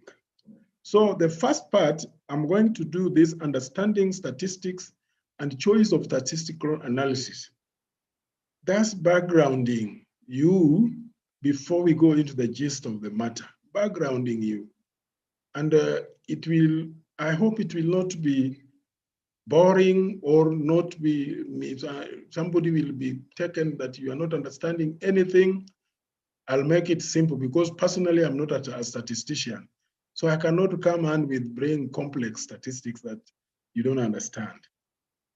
But after I've done that, our very able and experienced biometrician, Mr. Maurice Mudeheri from Calro Kakamega, Non-Ruminant Research Institute, is going to go through some methodological designs of experiments and how you analyze some of these experiments to bring up the results that you can talk about scientifically.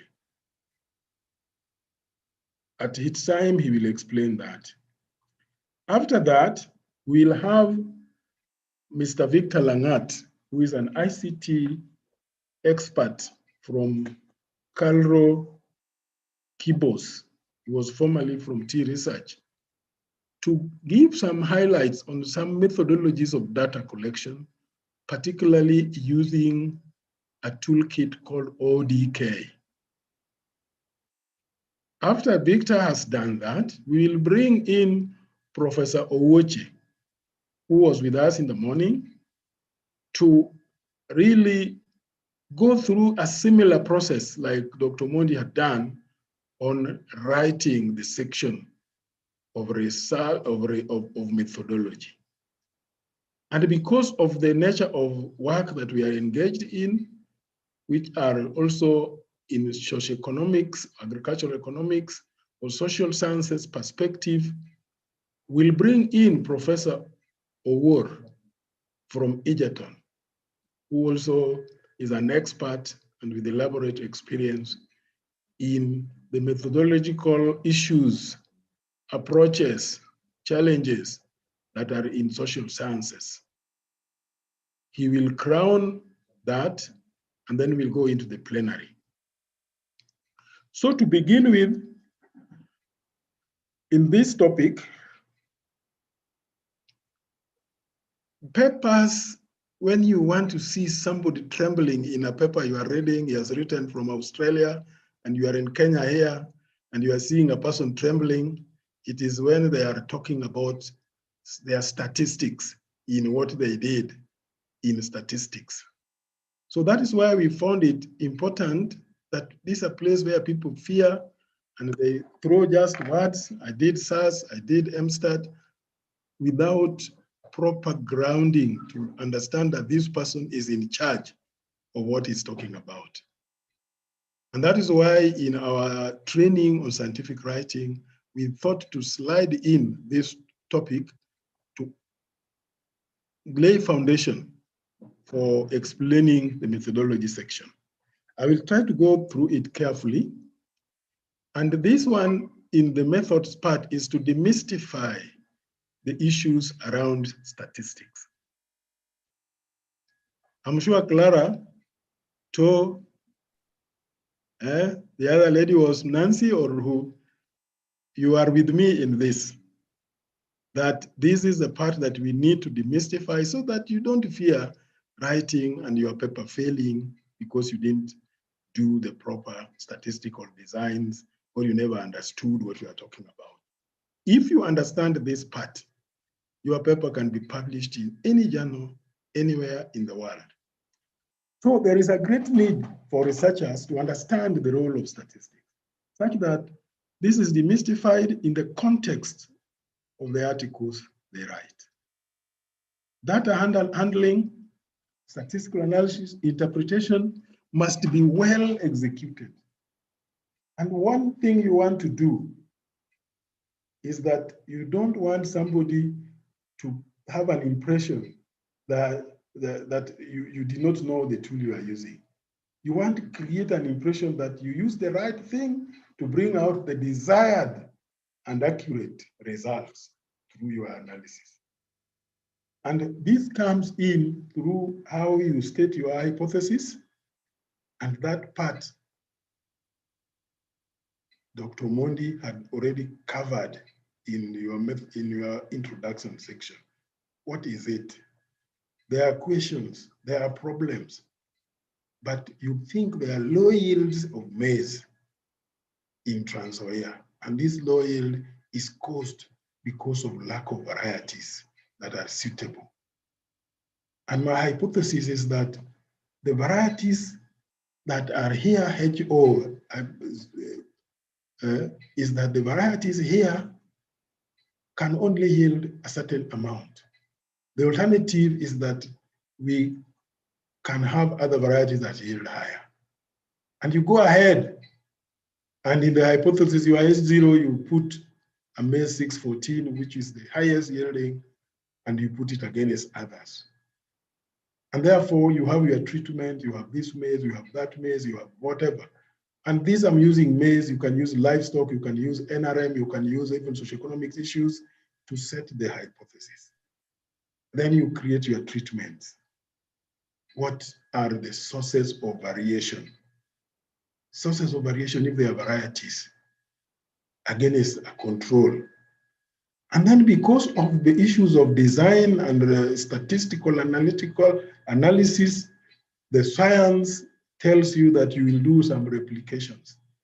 In these replications may be the sites, one in some corner of Trans Nzoia, another one in another corner of Kacheliba, and wherever places that you are repeating the same, that whatever will be the internal sources of error there, rainfall, temperatures, altitude, is replicated, and your treatments still perform consistently, or there is an effect due to some other factors which you will collect. And then you go ahead to do statistical analysis. Don't just say, I did analysis of variance. Explain. ANOVA means analysis of variance. All the things that researchers work on are seeking variations. If there were no variations, there was no way you can improve a dairy cattle from yielding 4 liters to, in Israel, yielding 120 liters per day. It is selecting from variations. So that is how ANOVA comes in to help you to see this treatment that I gave, there was nothing. Did they really differ from what is known? Or some fell below, or some outperformed? That is the variation that you want to do. And these variations, were they consistent? And that is why the replications are there, to see the consistency, or if there are other factors that were not known. And for some reasons, somebody says, I want to do uncover. I did uncover. And then they think this one was, we heard about it when we were I was training in the UK, and there was a Ugandan lady who said, I did uncover. Then you say, what is uncover? Just threw it there. Uncover is analysis of covariance. Where does it come in? Sometimes you have animal trials. You don't have uniform animals. They are starting at different weights. And you want to standardize those weights. But if they were to be equal weight, so you put weight as a covariance and analyze for that covariance, if at all it affected the outcome of your treatments, and then correct for it. And then the data now is reported on a level ground. That is the uncover. And then sometimes data is transformed to make it maybe logarithms or whatever. If there are transformation, the Harry is very good in this, he will explain. Sometimes you are doing modeling, you are doing regression, correlation. These things, don't just throw them. Derive them such that they are relevant for the work you are doing. And once you have done all that, they will come up with some results. The results will tell you that this thing, there was some effect of a kind. So those effects, you can't tell just by looking at the figures. You can't say this animal yielded one liter and another one yielded 1.5, and therefore the 1.5 is higher than the 1 liter. That is not a scientist talking. A scientist will talk with what is called p-values, probability of that happening, that highness happening. Is it always, and what degree? So that's where you go to issues of means separation, means interpretation. Means separation, there are many methods, but don't go too much into statistics depending on what you wanted to see. There can be simple things like SE, standard errors of the difference. Very commonly used, I've used this very much, called least significant difference. There will be 2 keys, honestly significant difference. There, you subtract the product of that ANOVA into ways of knowing which one was higher than other.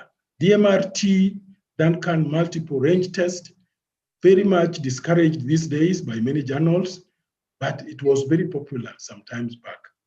it has got some criticism of there's type 1 and type 2 error. Type 1 and type 2, I can't remember which one, but it's around the null hypothesis. Yeah? Sometimes that 5% chance that a figure is significant, it can be carried over when you do multiple comparisons. And you may end up with that multiple range test trying to not be very, cover that. And you may be making an error which is carried over when you do multiple comparisons. But depending on your area of specialization and whoever is supervising and whatever the journal, you must be sure that your means from your analysis of variance are separated or interpreted properly. And these, you will see them in tables of results, and Mudeheri Maurice will explain further. Now, when you come to that, it means that the statistics that you have done must not be treated as just giving magic solutions just known to itself. We just throw them there that I got this, I got that significant what, but a statistic which said it want it to come from you. Don't tremble there. Talk with confidence. Don't just cite SAS, SPSS, GenStat. Put it in the context of you being in charge. I think I've explained that. Yeah. Put the basis. Don't be hands off. You must be seen to be in charge. Yeah. And for this reason, you need to have consultation before, during, post experiments. There will be ways that you have alternative analysis, you have alternative presentations.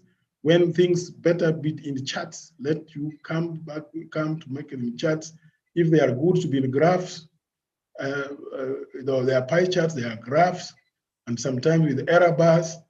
If there are things which are better in numbers, quantities in numbers, amount of milk yield, the growth rate, how many kilos per day, yeah, yields of maize, how many gunias, tons per acre or per hectare, and the interpretations that go with it in terms of the significance, differences, and all that.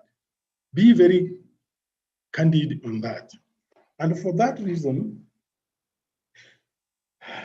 this is the part that if you need to get it clearly, because I'm simplifying it. I'm not a statistician. I'm simplifying it. I want to tell you these things called significant difference and what the basis of them. And these are, the foundation is what is called normal distribution. What is a normal distribution? Many things that you are going to measure are under continuous probability distribution, which is what is called normal distribution. I'm going into late details so that you understand it. The normal distribution, I'll show you how to derive it.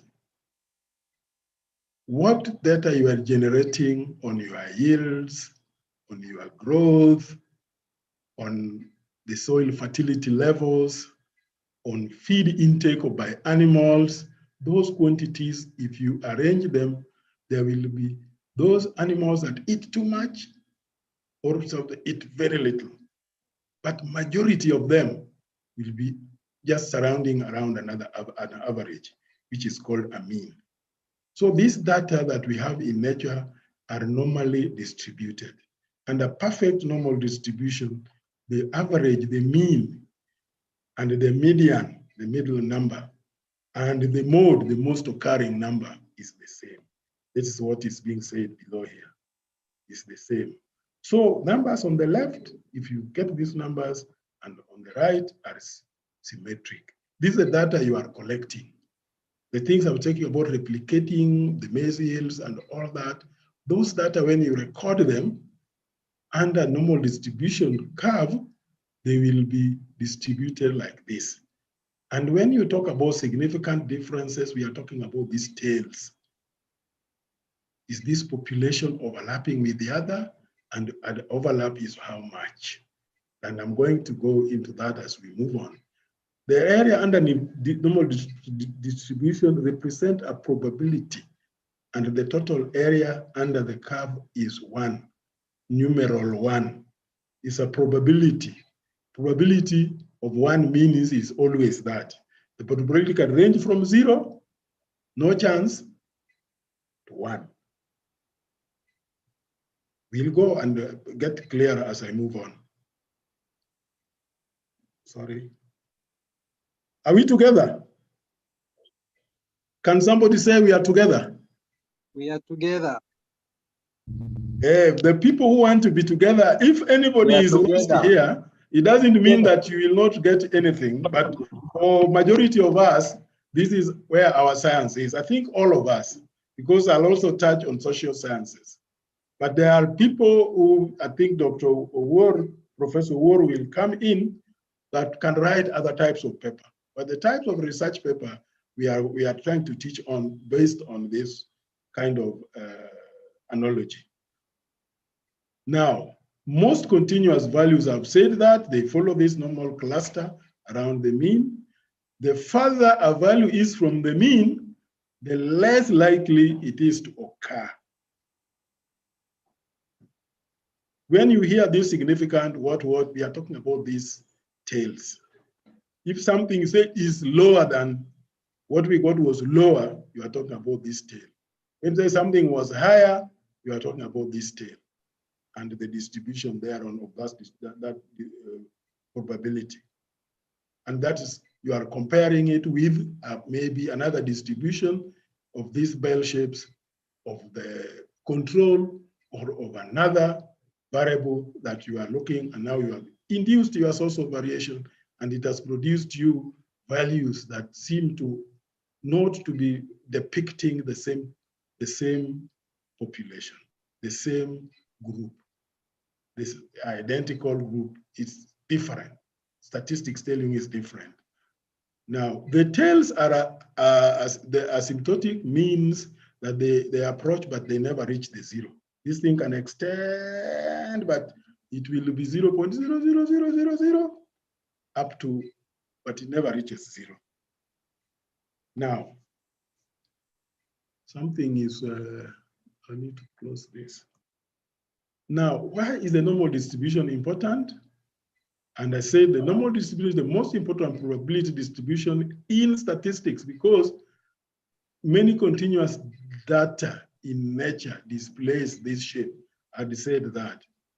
Yeah, but there's a small example there. If you have 100 individuals, plants or animals, and you would expect to see a normal distribution frequency curve for many things that you can measure about them. Yield, growth, height, weight, those things, if you do under normal distribution, they will be taking that curve. I'm saying this with a lot of emphasis because you will reach where people just say, something was significant. This was, but do they understand where those, the analysis that Udeheri is going to explain came from?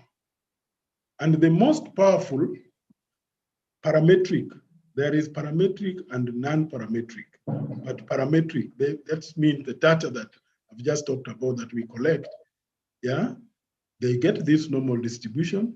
If a data does not resemble this curve, researchers may not use this type of, and they go into non-parametric. And I will explain even a bit of that. And there are things that we know. And I've said I'm not a statistician, so I'm not talking from a point that you should get confused, because I'm just a lay person in statistics, just like you. So this parametric statistic is a branch of statistics which assumes that sample data comes from a population that can be adequately modeled by a probability, and I've just shown you distribution that has fixed set of parameters. I've asked those parameters, weight, what, those are the things that we are looking. So those things are distributed under normal in that curve. And we'll go to those curves, and you will be, if you have done a bit of statistics, even if you have not done in the university, I'm going to explain the percentages of area under that curve. The area means the probability under that curve. The non-parametric, I'll explain. It uses a bit different, but we'll explain. Now, the I can go back to this non-parametric, which is for the people who are in socioeconomics mainly. It does not explicitly do the parametric, and I'll give you examples of the kind of data that they collect. And in this non-parametric, they call what is categorical data, what is classifying data. Yeah? Are you seeing examples of these non-parametric? They exist in an ordinal scale. And here you have issues like you classify, you categorize. Do you like it? Maybe that one you assign 1. You don't somewhat like it, 2. You are not like 3, and you go like that until the dislike is 5. When you use that, there is another way to analyze that data, and it will still give you a scientifically sound results that you can publish, you can talk about with confidence, not just like a journalist would talk. You'll be saying science. And that is why in our life today, there are all these people who are doing opinion polls. And people are asking them, what methods did you use? What scientific methods? You don't just come and go to a place which is already biased, and then you call and then you say, this is it. People are asking for methodologies.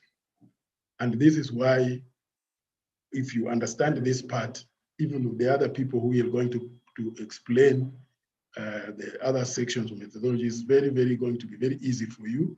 And you will see the reason why it is, you can write your methodology section with pride and with confidence. Here, you don't need to listen so much, but it is that there is a way to convert those, and this is done behind the scene by the computer. But there's a formula there of how to derive numbers for putting in normal distribution. Normal distribution is a frequency, and there's a z-scores that you calculate the way it is shown there, the number that itself, if you minus the mean of that population and you divide by the standard deviation of that distribution, you end up with a z-score. That one is done carefully by the computer, so you don't need to worry about it. This procedure, it allows the researchers to determine the proportion of the values that fall within a specified number of standard deviation from the mean of the data. The computer does that for you, and when the ANOVA results have come, it has already calculated that for you. But now, the interpretation of the normal distribution curve. Yeah, the empirical formula we gave you there, the other side, but there's another rule of the thumb here. Once your data is analyzed, there is this rule on top here, 68, 95, 97. Scientists are not, in our agricultural field, this 68 is not our main problem. Our problem starts from here. Scientists universally agreed that anything which is 95% true from the normal distribution, that is significant. And it can go up to infinity in terms of 99.99 and whatever. But area under the curve, there's a rule of 68, 95, and 97, 99.7. How does that one come? The empirical rule of statistics allows researchers to determine the proportion of values that fall within certain distances from the mean. The empirical rule is often referred to as what I've shown you there. What it shows here, if your data is normally distributed, which they are, as I've explained to you, 68% of that population lies within one standard deviation. Don't worry about the standard deviation, but I've shown you how to generate the normal data. It is done by the computer. but it lies within 1 standard deviation, 68% of the data that you are going to give to Maurice Mudeheri to analyze for you. It will be doing that in the background. Now, if you have 2 standard deviations from the mean here, 95%, 0.5, 0.45, 95% lie within that. You can start opening your eyes. The people who talk about significant. It means when something is saying is significant, and ANOVA said P is 0.00 what, it tells you the population you developed kind of compared to what you are calling other population that you have analyzed, something is 95% different from the other. And that's why it tells you I've seen a difference. I've seen a variation. That's what's called analysis of variance. If it says it's below 95, then you say, this thing is just a random chance of error. Now, if you go and you find your ANOVA is telling you 0.00 whatever up to the end this side, it means you 99% the data that you are generating, some of them are even up to 3 standard deviation away from the mean. So 99.7% of the population of a normal distribution data lies within 3 standard deviations. This is what the basis of significance difference. And let's go now how this apply. I think I've explained that. This what I've explained there is what is also shown in these 2 figures, 95, 90, 68. And when we were in Kabete those years, the one which stuck to my head to date was that 68. But we realized that that 68, that within the 1 standard deviation, that 68 can be very good in the field of medicine, in other fields, but in agriculture, most of us wants from this 95 to 97, 99.7 within the 3 standard deviations. Now, when you see ANOVA and it tells you 0.00, start knowing, imagining that your data has got some outcome where at least one has an overlap with the other, which is only leaves 0.03%. 0.3%. 0.3% if you divide by 100, 0.003 out. Otherwise, that's the only chance they can overlap. It is always above. And scientists have decided to live with that. Once the difference can be like that, we can accept. Anything above 5% is okay, is significant. Now, how can I check whether you have a normal distribution? That should not be your worry, but SPSS, there are many statistical packages that check for that.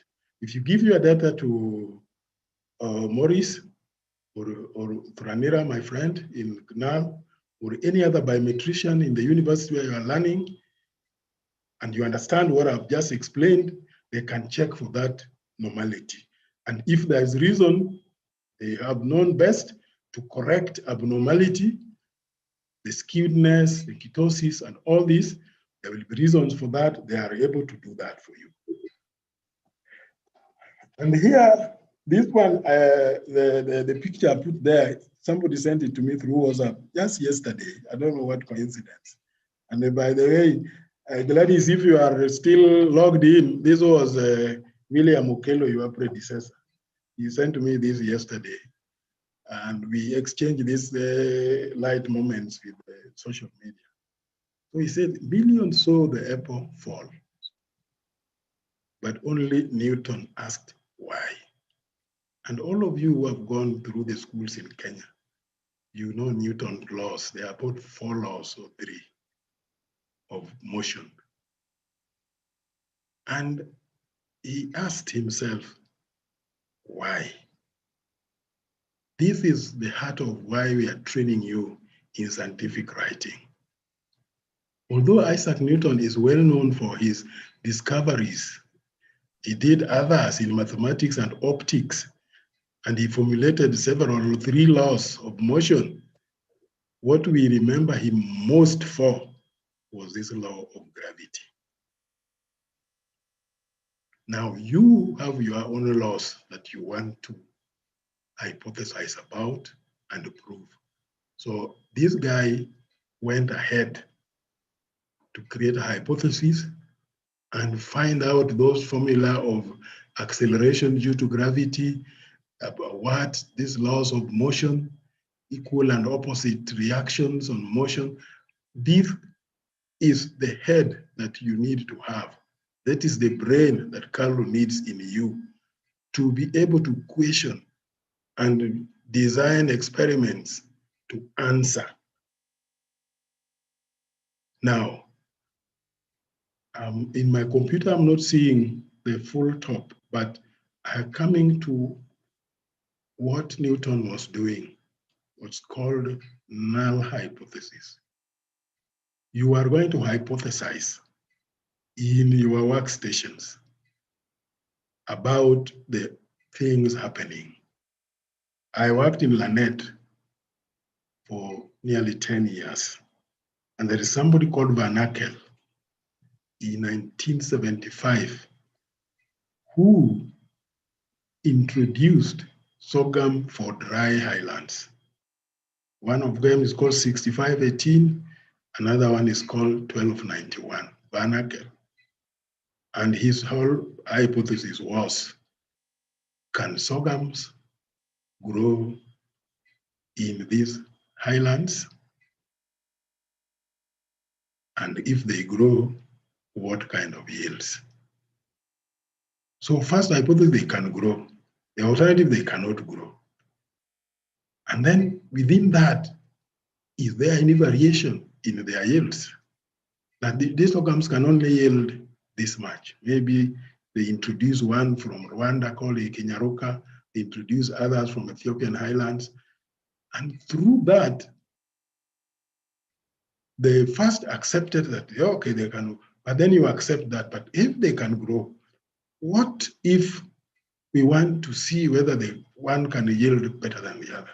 So your hypothesis will be, sorghums cannot yield can only yield this number of tons now that they can grow.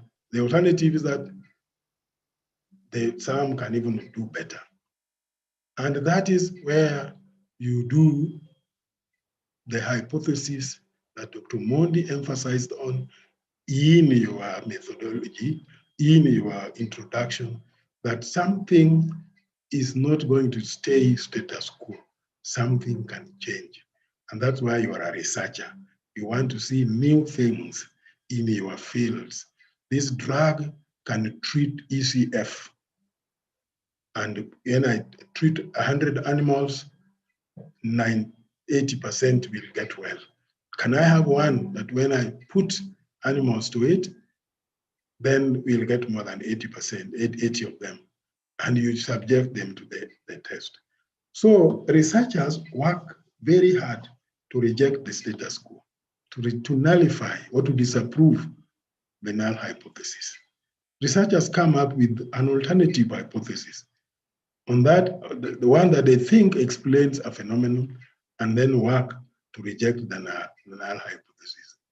If we don't do that, there wouldn't be maize 614, there wouldn't be Katumani maize, which up to now has not been beaten by, and came up in the 60s. I'm happy with that because there seems to be people with even with their children and they're still listening, which is very encouraging. So why is it called null? And this is where you are. You must be having questions in your head, and those are what I'm calling null. You want to refuse something. Null, in this context, means a commonly accepted fact that researchers work to nullify. It doesn't mean that the statement is null or amounts to nothing itself. The term could have even been in English understandable as nullifiable hypothesis. These chicken are yielding laying 1 egg in 2 days. Then the alternative, that is HO, null hypothesis. The alternative is that I can have a chicken that can lay 3 eggs in a day. Or the weight of the eggs. This chicken can only lay eggs weighing 50 grams. I want one that can lay eggs laying 100 grams. And you collect all chicken and bring them, plus the one that you have been keeping that lays 50 grams, and do that statistics and end up with that normal distribution of your data, and end up doing analysis of variance and come up with the results that now shows there is a variation. If there is no variation, go back to drawing board. It has also yielded results. Journals will still publish that all chicken in Kenya, whatever the case, with a well-designed experiment, null hypothesis was not rejected. Null hypothesis cannot be accepted. If you accept it, it means you've sat there and now you leave, you cannot do anything. Null hypothesis is there for rejection or failing to reject, and now you look for other ways to finally reject it. So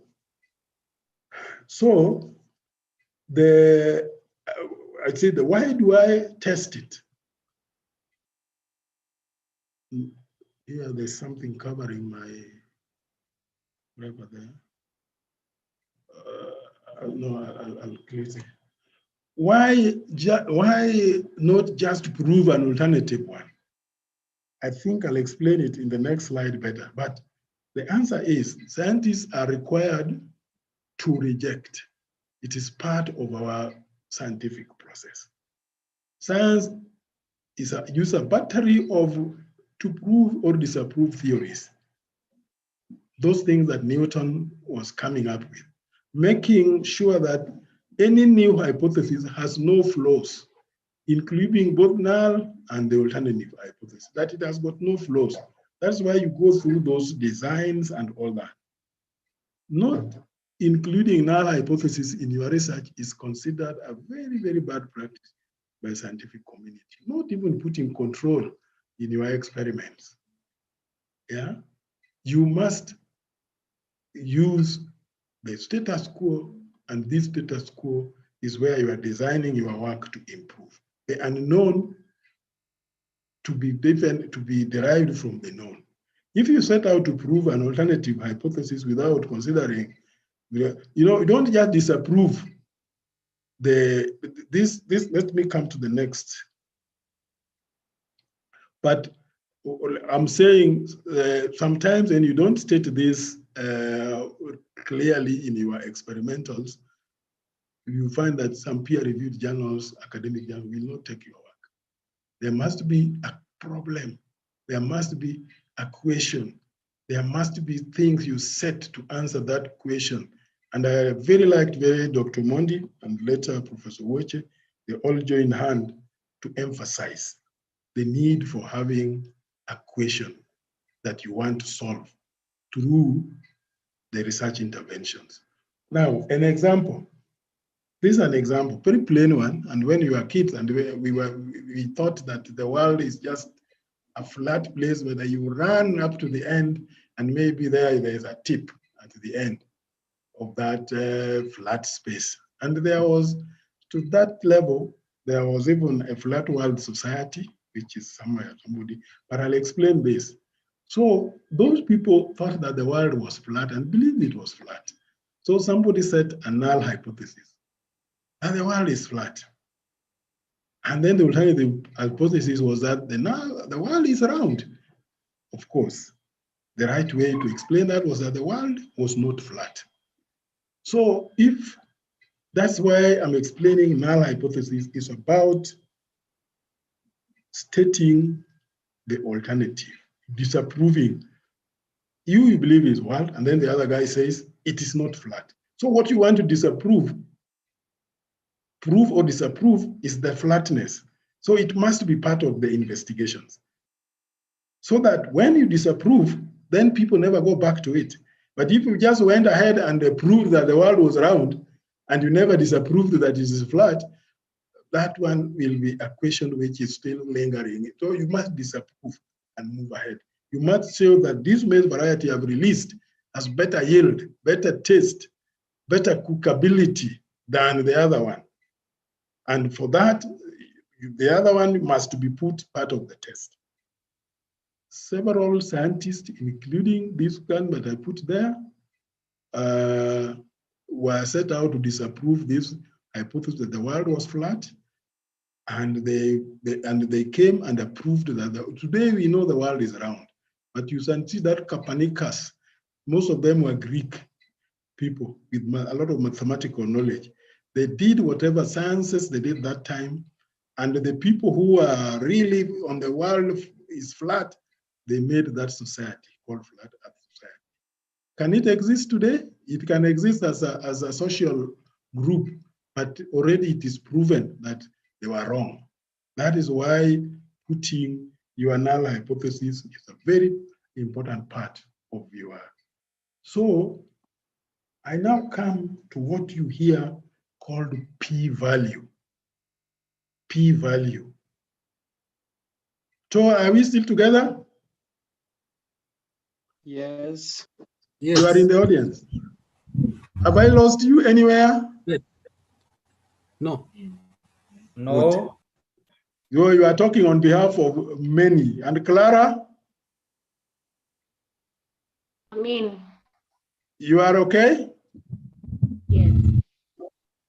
I hope you are okay. When you do this P interpretation, the p-value in your writing in journals will tell you how to write the letter P. It is normally capital and italics in many journals.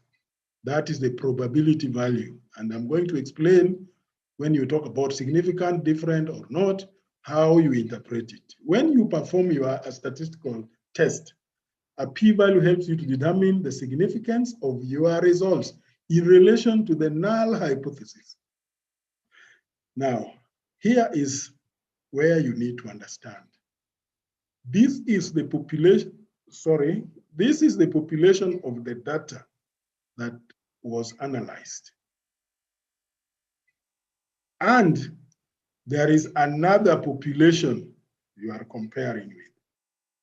And you find your value.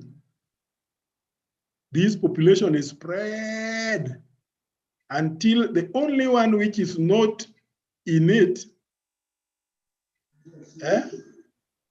is just a small bit.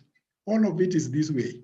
The rest only 5%, less than 5. You see 95% statistical is here, but your population, the observed value is here. That means this thing is distributed all this way. The one which is outside, which can overlap with the other one we are comparing with, is only a small percent statistical significance. Very unlikely observation.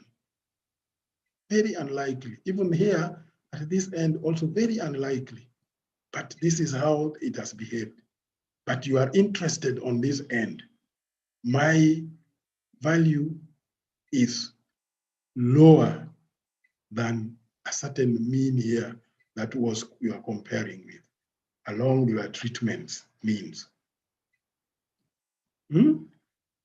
These are a set of possible results. All this is only this. This is not possible. These are possible results. But only less than 95%, 95% is here, less than 95% is what is outside my results. And that is the meaning of why you say this one is different from the other. When you see an over table, you understand that. And in your design, if you see that, you say, hurrah, because this is what I was looking for.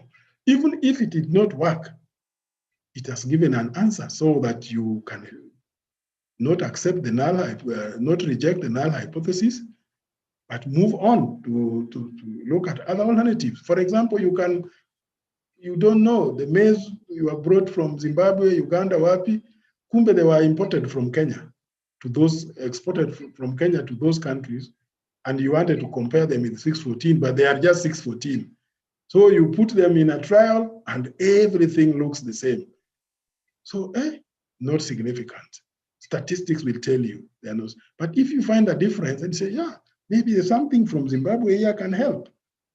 The null hypothesis states that there is no relationship between the two means, the two variables being studied, the two entries, that there is no difference. That's the maize that you brought from Zimbabwe or Uganda, and you want to test them, and you say, you are saying there is no difference. And then you put them to subject, and then the alternative is what you found that there's a variation. Now, the results are due to, if there are no difference, the results are just due to, are due to chance, and they are not significantly supporting what you are investigating. Thus, the null hypothesis assumes that whatever you are trying to prove did not happen. Whatever you are trying to say, this cow can yield more milk than the other, hakuna kitu kama hiyo. They're the same. That's the null hypothesis. The alternative is that I've brought a Frisian and I was keeping Boran, and now I put the milk yield and I do the collection of design of it, and I found that the other one produces more milk. Don't say it just by mouth, say it by statistics. Prove with significance. P is equal to 0, 0, whatever. The alternative hypothesis is what I've just explained. So in your hypothesis, there is the independent variable, which is being affected by a dependent variable. Independent variable that affect the dependent variable. Independent fertilizer rate affects yield. So yield is dependent on independent variable, which is the fertilizer, or the fertilizer type. And the dependent variable is the yield. And the results are significant in terms of supporting the theory being investigated. It is not due to chance. So how do you know that the p-value is significant? I've explained this. The level of significance is often expressed as p-value between 0 and 1. The smaller the p-value, the stronger the evidence that you should reject the null hypothesis. You should say the status quo can be improved. You can say that this apple falling from the whatever and falling at a certain rate and speed, there must be something why it should not go up. Because Newton was asking, why can't this thing go up? When I throw something up, why must it always come down? And he went on to prove that. That's how the scientists think. So p-value less than 0.05, typically it is written like what is shown here, is statistically significant. In my writing and in my journal, I don't encourage the use of the word significant, but that is, if you get to be very conversant with writing, you will find that you just state p-value to represent the difference, that this maize, instead of say significantly yielded, this other maize 614 yielded more than 6213.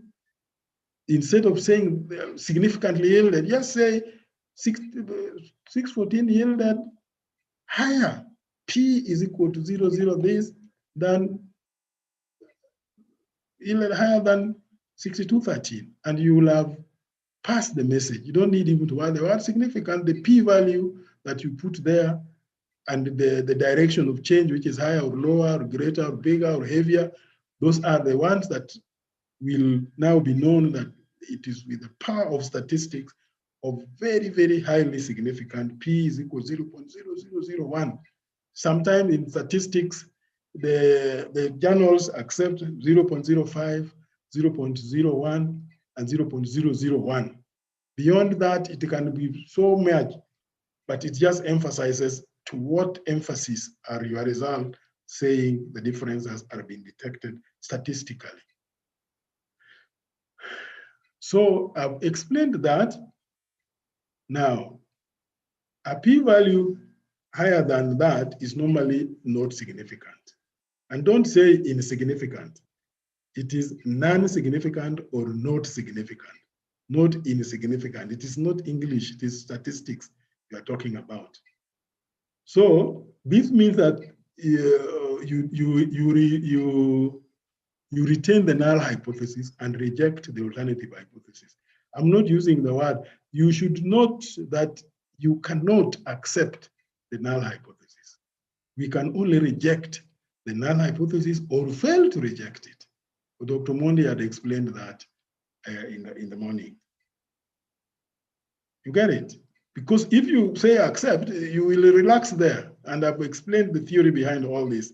You relax there. You just say fail to accept, and then you fail to reject. And when you fail to reject, you go back to the drawing board. This maze that I was trying to introduce did not out-yield what we have. And we still know Kenya maize yield is still lower than the potential. We know how much is in the US, you know how much, and you have done those in your introduction and justification and objectives. And now this one is not yielding higher, you fail to reject, you go back to the drawing board, you start another introducing other maize varieties to test. So I try to put this just to emphasize. When you do the test, these are the probability distribution that we started with. So the area of overlap here is your interest. What percent is it? If the overlap is 0.05, less than that, here is less in these two populations of maize that you have introduced. If the overlap is less, reject the null hypothesis. Say this one is higher than that, if at all the numbers are increasing going this way. Are you understanding? I believe. If the overlap is greater than that, in agricultural sciences, we have agreed that anything which is less than greater than this the overlap of these two is not significant. Do not reject the null hypothesis. These two populations, just a matter of chance, they can be, anything can happen, and you don't want to live with those. But in the medical field, sometimes even the p-value of 0.1, you saw when they are trying to use AstraZeneca and the other one, and they're saying this one can protect 90%, this is 68. Because of the crisis that was there, people were able to live with a vaccine that can protect 68 people out of 100, or even 60 people, or even sometimes 50, than making everybody get wiped out. So you need that to know that interpretation very well. Now, a statistical interpretation of results prove that a research hypothesis being tested had certainty or assurance of the outcome at 95%. That's what. So we may state our results provide support or give evidence. This is how you explain them, because the work is continuous. You must tone this word in such a way that you have found that this thing can be better than the other one. It provides evidence, and you make the language with confidence. Yeah. Now, I've said that the opposite of significant is non-significant, not insignificant. I've said that, and I've repeated it. So, ladies and gentlemen, I've laid the foundation for the questions for you to understand the statistical basis. If you will have your data, you will collect them, knowing where you want, what kind of statistical analysis, whether it is regression, whatever that you want to do, the pie charts, the degrees of the differences. You now know that as a scientist, when you are set to do this work, these are things that matter. And that's what made the quality of the paper. We are in different fields, social sciences, biological sciences, and other, even mechanical. In Calro, we have a mixed bag, but know that your paper out there will be judged on the kind of rigor with which you handle your methodology and how you understand your data collection and data analysis and the interpretation of the same. So I want to now bring in, I don't know whether we do question answer at this stage. Then I bring in Mr. Victor to carry us to the next presentation on, no, I think Mr. Mudaheri, Morris will take us the next presentation of some experimental designs and issues of methodologies. Then after that, we'll have Professor Woche. I think no, we'll have Victor, and Professor Woche will explain the narratives, and Professor Woche will crown it all with some data collections and statistical considerations in social sciences. So can I have the hands up for the discussions? Who is Professor Owur there? I'm here. I'm listening. Prof, I want you to chair for me the plenary, please. No problem. Yeah, so you can call for reactions. Yeah. You want, I think we should quick make ones, it. Then we move to the next resource person. Okay, thank you. I think I didn't introduce myself in the morning. I'm George from Egerton. I will introduce you at the point when you will come to present. For more introductions, I think we can talk later. Yes, I want just to allow for a few reactions. Please, let's make it short because we have 3 more presentations. And I don't want people to be exhausted towards the end and be dozing. So I can see Jebet. Any other? I want to pick 3. Jebet, 1, 2. Who else is there? Please raise your hand. I can only see Clara. Jacqueline. I see Jacqueline too. Or Jacqueline, you are not. Jacqueline. Then, okay, let's pick those 2, those who have raised their hands, starting with Clara and then Jebet. Go on, Jebet. Thank you. Thank you again for the explanation on normal distribution. So I would like to get clarification about data which is not normally distributed. Does the same explanation apply to such kind of data? Like describing the p-value and stuff like that. Just note and then you will answer both. Is that all, Jebet? Okay, let's go to Jacqueline. Good afternoon. Yes, go on. I wanted some more insight on the separation of means using the LCD, the least significance difference. Okay.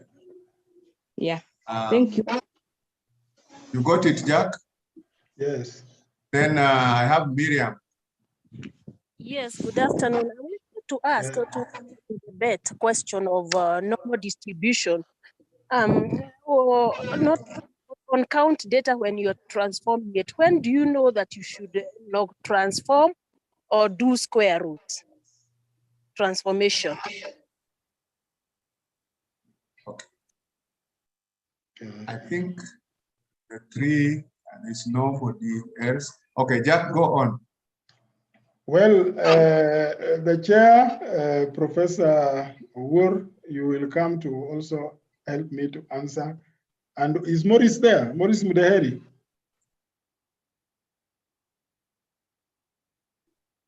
Morris Mudaheri, yes. You are there, Morris? Yeah, I don't know whether your network is still a problem, but I want to suggest that as I try to answer these, you step in because I was just scratching the surface of your territory. I've seen here somebody wants data transformation, another person talking about LSD separation, and data not normally distributed. I think I've explained all that in this presentation. The data not normally distributed, they are there. There are some skewed data, there are some ketosis. Professor Woche, when he comes to explain the narratives on materials and methods, he can explain how to handle some of this data which are not normally distributed. I've had him explaining this before very well. And I've explained the nominal data, these ones which are ranking, the most high, agree, least agreed, and all that. Those are called ordinal data, and the Professor Wood can explain because they don't follow the strict rule of normal distribution, and there are ways of analyzing them. Some frequency things that use chi-square, some of them use percentages, but even within them, we can still come and analyze them like parametric data and yield results. So I'm opening that field. Least significant difference is the way it is, LSD, least significant difference. Depending on how your data is arranged, there are sources of variation. Source of variation, you put them like say fertilizer level, fertilizer type, and then you can put the maize type, the maize variety. All those varieties will have their mean. A big mean, which is a mean for all of them, and then individual mean. And there will be error terms, errors in those means, the error term. So the least significant difference gives you in that value that is stated there. If you subtract the least, the way it is called least significant difference, if you subtract a value, the least significant difference from it, and what you found is greater than that least significant difference. What does that mean? The least, that's the only allowed difference between these. If the difference that you find is higher than the least significant difference, what does it mean? Budaheri? It is not significant. It's not significant, isn't it? Hello? So the least significant difference, yes. What if any difference between two means is higher than the LSD, then the two things you are measuring, it means they are significantly different from each other. Yes. The least significant difference allowed is the value that is put there. If the difference you subtract and you find the difference is higher, then those two things are different. Yes. Are you getting it? Sometimes it confuses people to explain. It is the way it is written, least significant difference allowed. If the difference you're finding by subtracting these from them and you find the figure is now overlapping, what is it? Then those two, you actually, Jack, it is about the smallest difference between the means. Smallest difference. Yes, that's what it is. So there could be differences, but the lowest. Yeah. Between the means. For you to declare significance. Hello? Just come again. What was the question? No, now Mudaheri was explaining. Oh, yes, okay. Maurice. What I was saying is, yes. If you subtract the means. Yeah. If you subtract the two means and you find the difference between them is higher than the LSD, then the two means are significantly different. And because of interpretation of this, So sometimes the two items, is smaller than the elements are similar. But if the things are significant. Did you follow the participants? Participants, have you followed? At least on my side, the sound is not bad. Yes, we are following, Doctor. All right, good. Yeah, we are okay. Now, Maurice, can you do about data transformation? Some do square root, some do what? Maurice? Is Professor Wuche with us?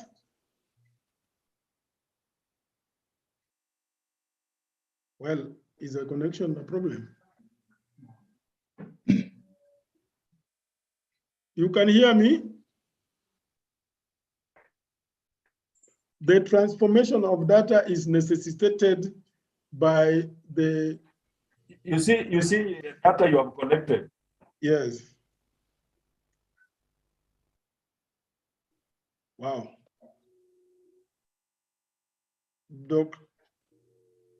Professor Wuche is there.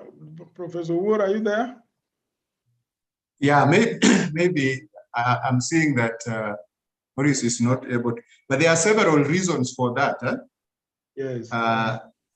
For example, for using the logs, particularly when you have data that has huge differences in terms of distribution or variances as you do the correlation matrix, for you to make a uniform distribution of that data, you might find you are dealing with something like quantities of yield or bags, and you are talking about 1,000 bags.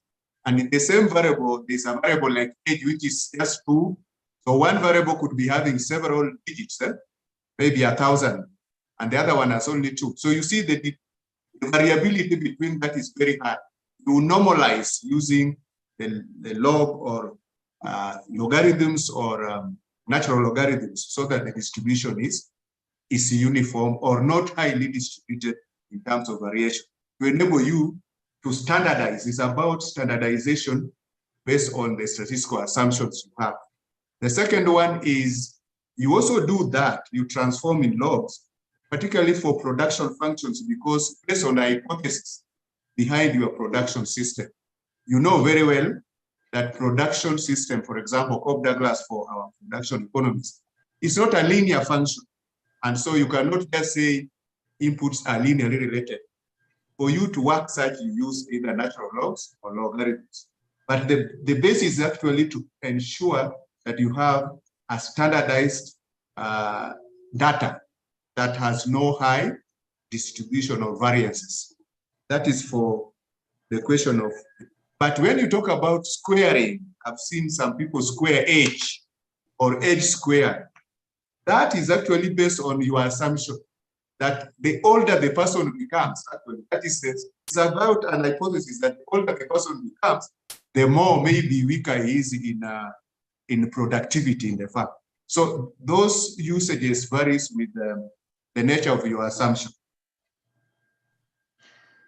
That is, I think we can read more on that. And if Dr. Maurice will come in, he can expound. He's a very experienced biometrician. He has done these transformations over the years. There are some which need to be transformable, and others are not necessary.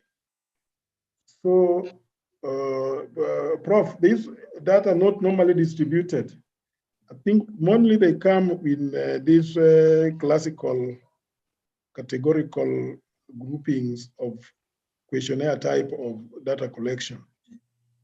It comes with something. It comes also with ordinal data. Yes. And ordinal data is data that is truncated. I'll explain it when I'm doing my section. Yes. Data that is maybe in ordered or multinomials, maybe 0, 1, 2, 3, or categorical in nature. All right. Can also bring out the non-normal distribution. All right. But it can also occur with continuous data. Yes, that's why I wanted Professor Woche. There are situations where data is skewed. There are situations where data has got what they are calling ketosis. And I'm not competent. I know they are there and there are ways to handle them, but Professor Oweche would explain them. Or Mudeheri, are you there?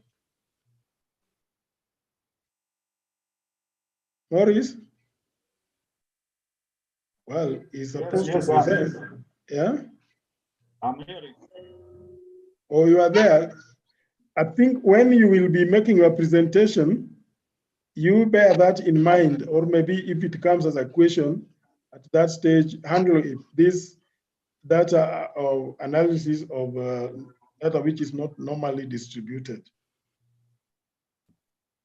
Jack, again, just as he will come, if the participants can, it is particularly defined as data that is, they call it Poisson distribution, not poison for that kills, but Poisson with the double S, the Poisson distribution data. That data has several, it's basically a discrete probability, the one I was describing here, with various probability functions that may lead it to different variations in the means. So that variability is what requires the transformation. Yeah, so it will become clearer, I think, as and the fact that we also, as an organization, note those things do occur, and we have biometricians in the system to help in such situations where those are necessary. And I believe the universities also have the same, including Professor Owori there, that understand what to do with this kind. And some of them are anticipated because of the nature of data you are collecting. So they will point you to the kind of data analysis, data transformations that you need to do, and mean separation that you need to come out with. So, Prof, there's another hand. There is one person called Kevin first, and then we move to the next presenter. Kevin. Okay, thank you. I wanted to ask whether it's necessary to perform a power test with our data. To perform an over power test. With an over. Power test. Power test. Yes. Whether it's necessary to always perform power test of our data. Yes. Of the It's data breaking. Chairman, did you hear? Yeah, he's talking about power test. It's usually called power factor test. It is about the data. It's basically related to data validity. What do you call it? Data validity test. So is Maurice going to answer that? You know, the questions that are being asked should be answered under results, when we deal with the results issues. Yeah. So you want to postpone them to results, but can you say something about that? I'm not. Most of them. They are dealing with the results. Okay. So they're asking too early. Oh. Let all the presenters present, then they will see whether it answers their questions or not. Okay. So is it Victor? Is it Kevin? You hold in the process. If you answer yourself, fine. If not, then you will ask it at that appropriate stage. I think. Yeah. I think Jack. Yes. Maurice is right. I think it can be answered there. What it basically means is that you are testing the probability of the when you are rejecting the null hypothesis, what is the probability that gives you the accuracy? Percentage of the power that allows you now to reject what extent you now say now the null hypothesis is rejected. That's what it gives you. I think it will come in the results. Is right. Now, I think, Prof, I thank you so much. I can regain my coordination and yes, now, and so that you become the chair again. Thank you. I become the chair. I want to welcome Maurice. Mr. Maurice Mudeheri is our very experienced biometrician in Calro, based at the Institute of Non-Luminance in Kakamega. Many PhDs, many masters, a lot of Calro work that has been published in the world-renowned journals. They pass through his hand to look at the soundness of the designs of experiment, the statistical methods, and the analytical methods, and any manipulations therein that bring the required results. And for that reason, he was appointed to be the board member, editorial board member of the journal who is now coordinating this exercise. And we are very happy that, Maurice, you got time to join us for this learning exercise, mostly by our young upcoming scientists who are at very low level, earlier levels of their career. And I want to welcome you to handle the next part, which is mainly on issues around statistical soundness of designing the studies and the data collection that follow. Dr. Woche will also come in after you.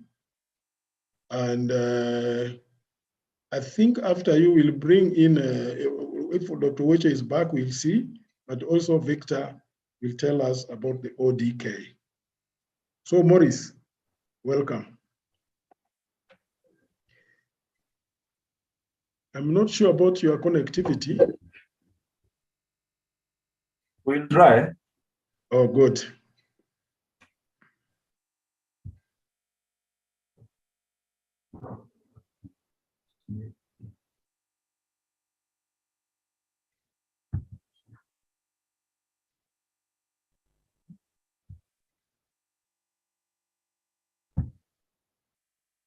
Okay.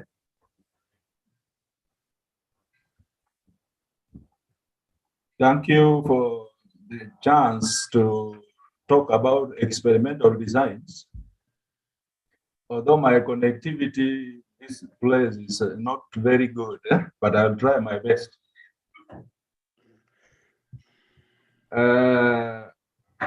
You know, in research, we have study designs where we have the surveys, and we have experiments as the main kind of studies that we carry out in research. And I will concentrate mainly on the experiment part. And as we know, an experiment is just a process or a study that results in the collection of data. The results of an experiment are not normally known in advance. Usually, statistical experiments are conducted in situations in which researchers can manipulate the conditions of the experiment and can control the factors that are relevant to the research objectives. So first of all, you must have the objectives, and as you put up an experiment, you are trying to answer those objectives of yours.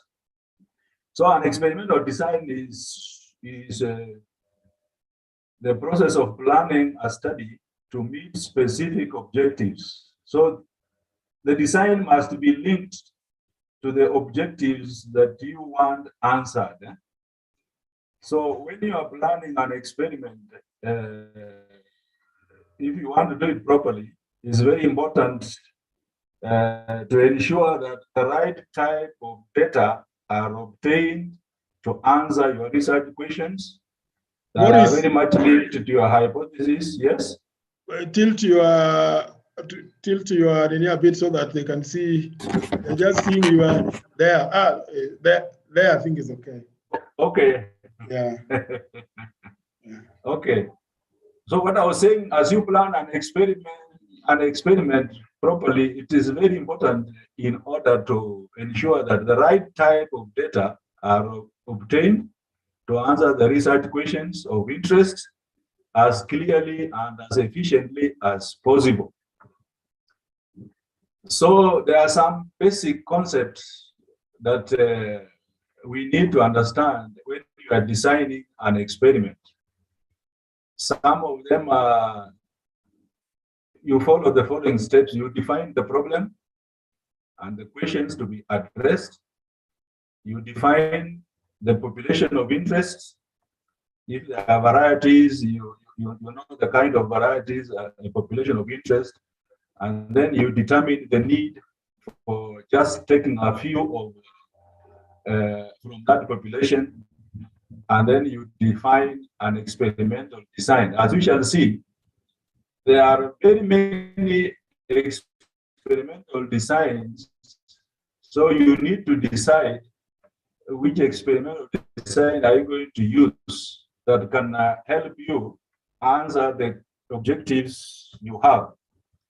So in defining the experimental design, it consists of the following steps. Identify the experimental unit. These are the materials where you'll be subjecting the treatments that you want to study. And an experimental unit can be like plots or animals. Secondly, you need to identify the types of variables. These are the variables where you will be collecting the data. And some variables, as even Dr. Uda said about some variables, you need to control them so that they don't affect your experiment or your results. Thirdly, you need to define the treatment structure, and these mostly consist of factors that the researcher wants to study and about which the researcher will make inferences. Treatment structure, sometimes it might be you want to study a factor, and the factor might be having several levels. You need to be clear about that. The factor can be like varieties, but you want to test 4 or 5 varieties, or a factor can be fertilizer. Maybe you want to test different levels of fertilization. So after this, you draw a design template. Is a good way to view the structure of your factors, the design factors. The treatments should be well defined. What I'm saying here, there are some times when you have various factors which you want to study together, maybe like 2 factors, you might be having varieties, and you might be having fertilizer levels, and you want to study them together. So you must make the combination very clear from the start. So you define the design structure where most experimental designs require experimental units to be allocated to treatments either randomly or randomly with some constraints. As we shall see, some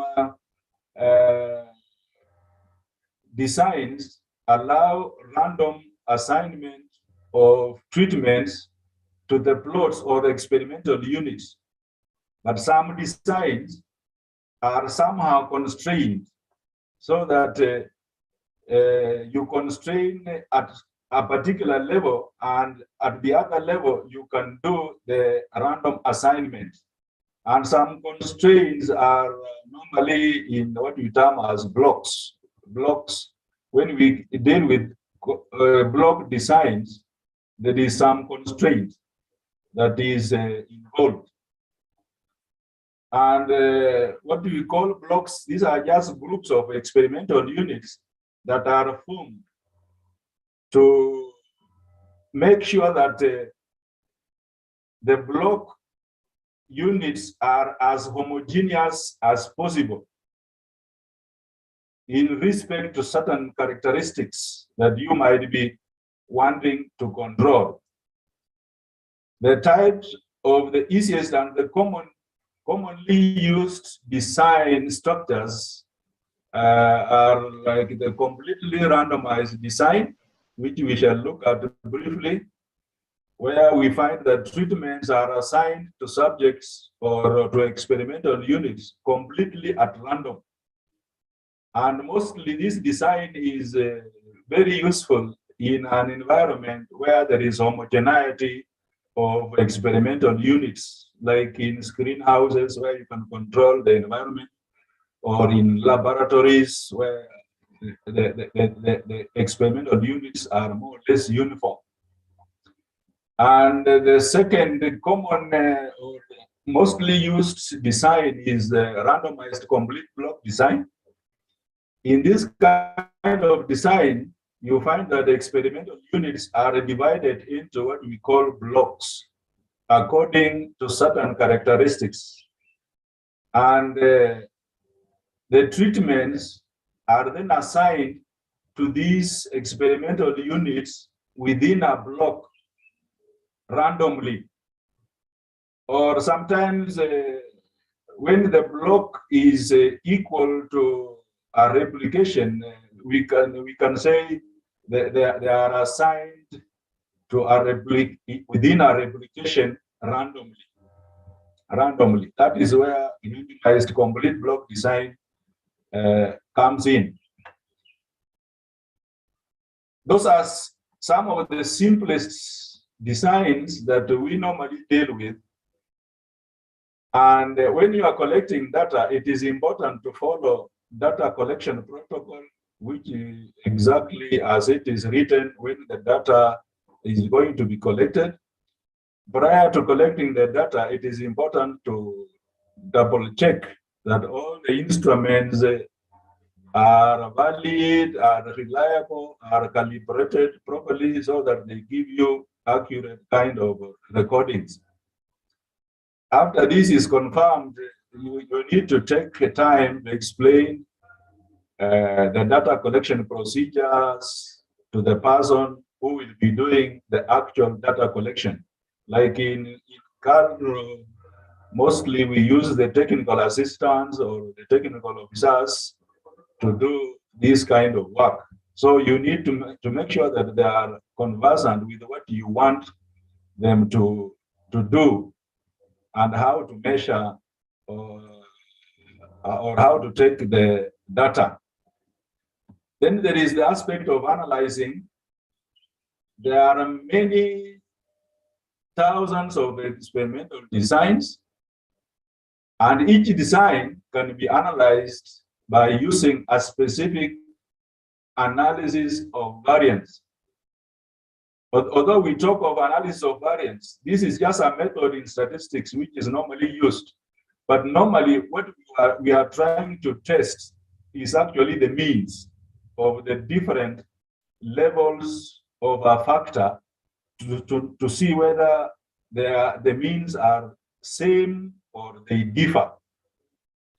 And this is normally applicable in a designed kind of an experimental design, where we are in control of what the levels of that we are testing. One of the jobs of a statistician is to recognize the various experimental designs and to help clients create the design and analyze the experiments by using appropriate methods and software. As I've said earlier, there are thousands of experimental designs, and each design has an ANOVA associated to it that will be used to bring out the correct statistics that will help the scientists report. Before we can look at the designs, there are what we call extraneous factors that can affect your experiment. These are factors that have to be considered in advance. E.g., when you are talking of an on-farm livestock experiments, we need to know that inferences made about population parameter variables measured in experiments can be seriously affected depending on how extraneous factors are handled in a design.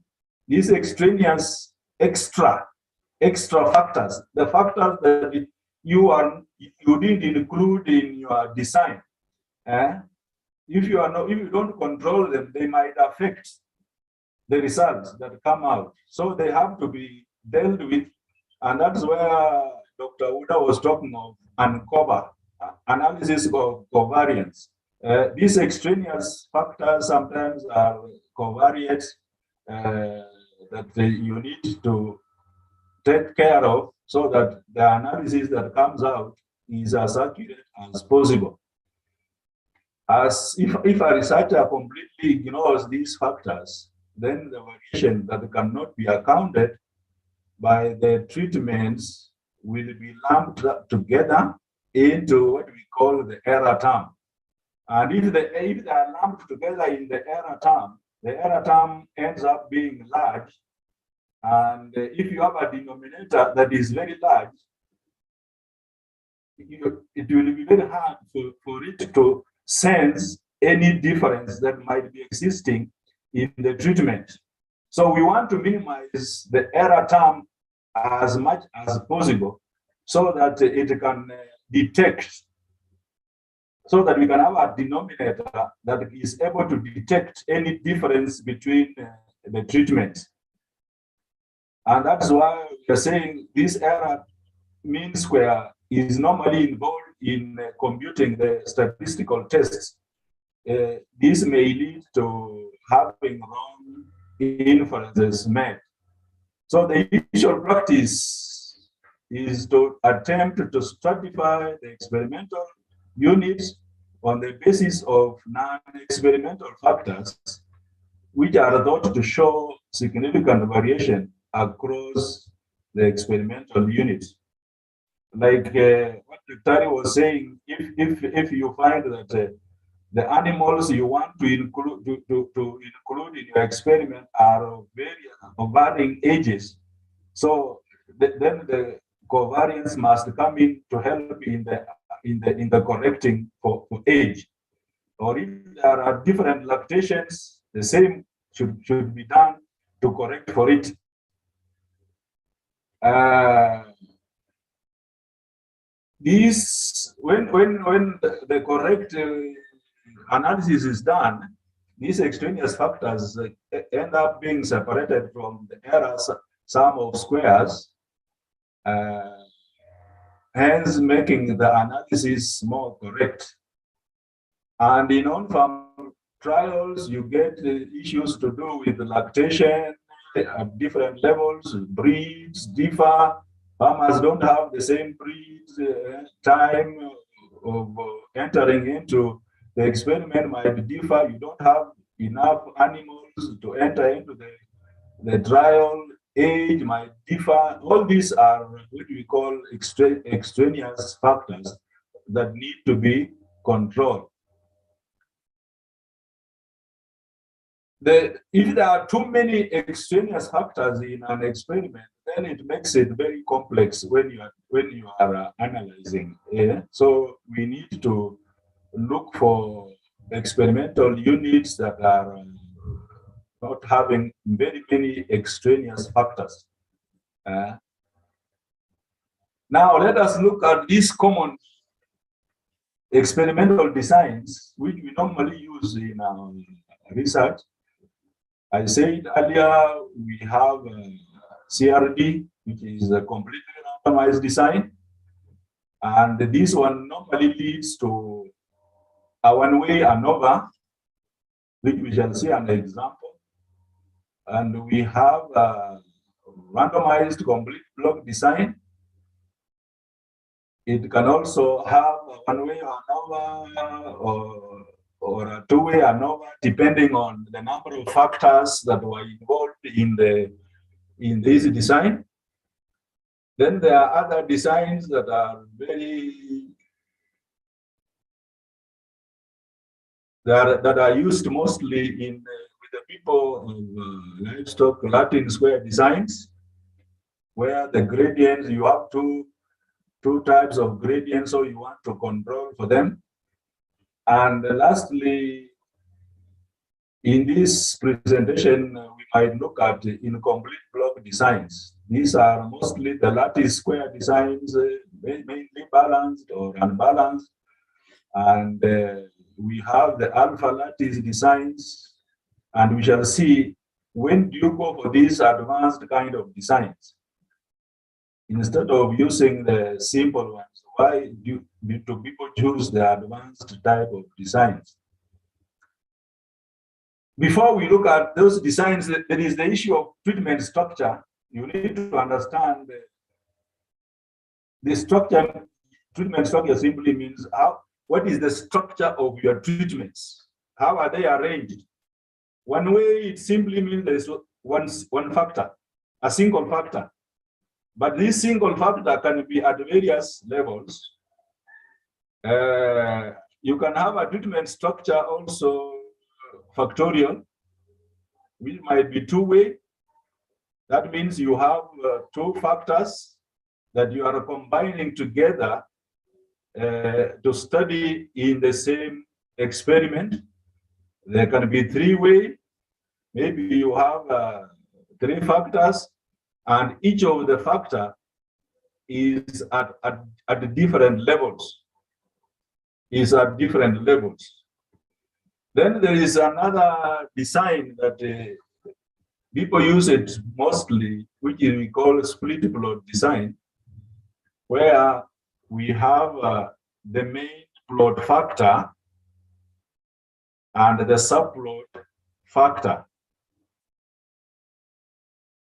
That means in your design, you divide a replication into main plots, and each main plot is further subdivided into subplots, where you will put a treatment structure for the subplot.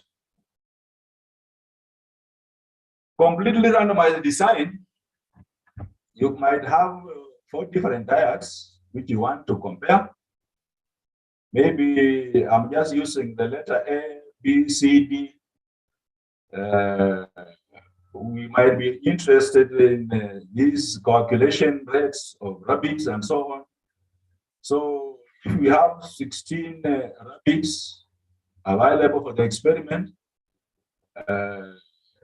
it means we might be having 4 for each diet, assigned each diet. How should we randomize to assign the rabbits to the 4 treatment groups? We can use CRD.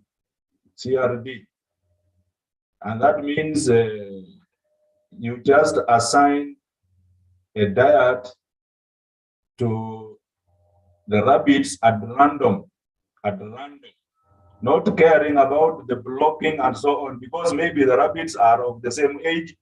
They don't have a lot of variability among themselves. So you ensure that at least you have replications of the same for each treatment. This is how you do it. Simply label the gauges 1 to 16.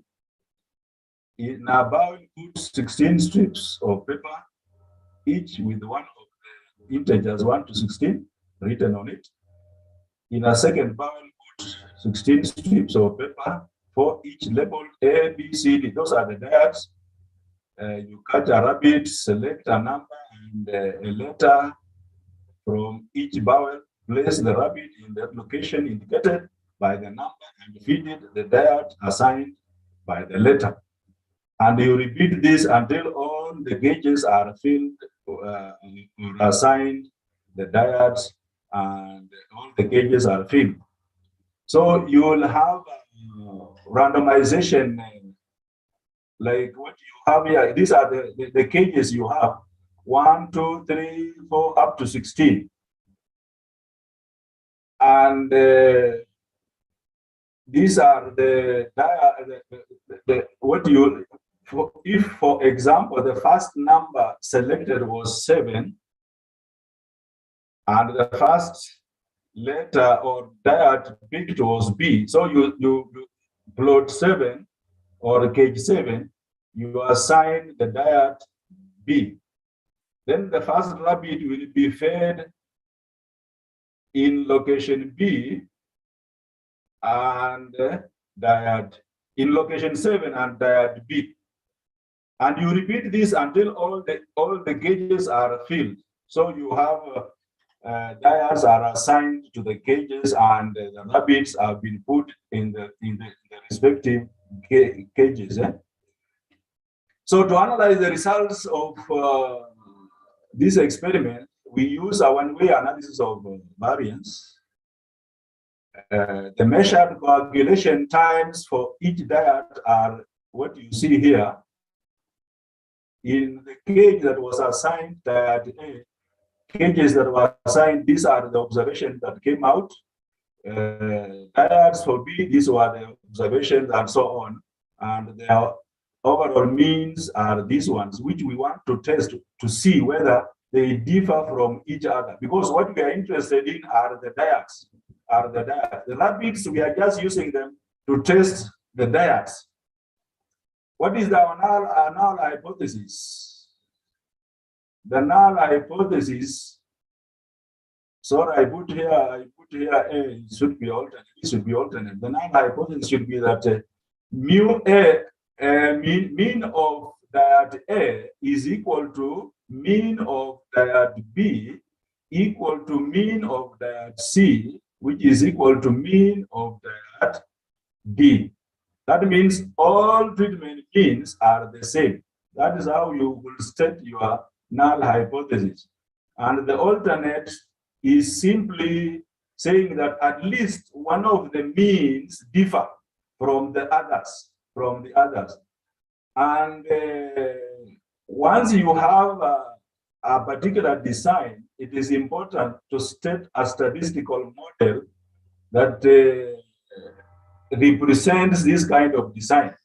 And for CRD, the model associated with it is this one, which you see here, where we are saying Yij is equal to mu, which is the overall mean, plus the effect of treatment I, plus the experimental error, where these letters are explained here. Mu is the overall mean, Ti is the effect of treatment I, and the epsilon ij is the residual. What remains after you have catered for the overall mean and you have catered for the treatment effect. And the normal ANOVA that is associated with this kind of a design, normally our ANOVA has source of variation, decrease of freedom, sums of squares, mean sums of squares, and the F value and the probability associated with it. And this probability is just obtained when you use a computer, it will calculate for you directly. But if you are doing it manually, you will subject this value, F value, to the mathematical F distribution table with the degrees of freedom 3 for the treatments and 12 for the error term. Because to get this F value 9.2, we divided the mean sums of squares 63.8 by the error sums of squares 6.98 to get this one. And this is what we subject to the F distribution table to get a probability associated with it. And to declare whether treatments differ or not, Dr. Uta has already told you, in agriculture or biology, we normally look at 0.05. So if this probability here, if this probability here is less than 0.05, then you declare what you are testing as significant. And that's why you see I have put an X here. That means this probability is less than 0.05, is less than 0.05. And once the test has shown that the treatments differ, you go for what we call the mean separation. But if the test shows that the means do not differ, there is no need to go for mean separation. And when you do the mean separation, as I have done here, when you look at these means we had here, these means arranged in the order of the letters, you get the means are put here and subjected to the test. You will report your table in this form. This is the mean for diet A, mean for diet B, and so on. And this is the overall mean. And what people normally want associated with the means are the statistics. These statistics, the LSD at 0.05 is this value. And this is the value which is used to separate means, to separate these means. Like if you look at the means with the same letters have values which are similar, like diet A and diet B, when you separate them, that is 61.0, separate 59.7, you get a value of 1.03. And 1.3 is less than 4.1. And that means the two values, diet A and B, do not differ from each other. They are similar. They are similar. They give similar results.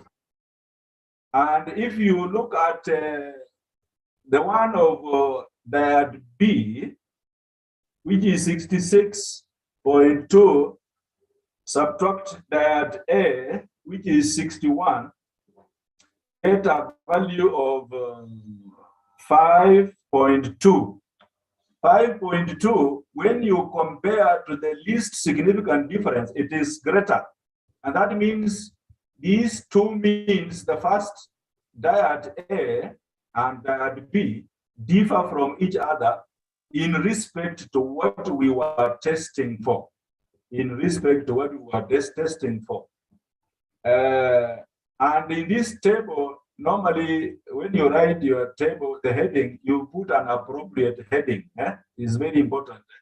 So that the table in itself is self-explanatory, And you can even put a footnote or an endnote to show that the means with similar subscript or superscript do not differ from each other at 5% level of significance.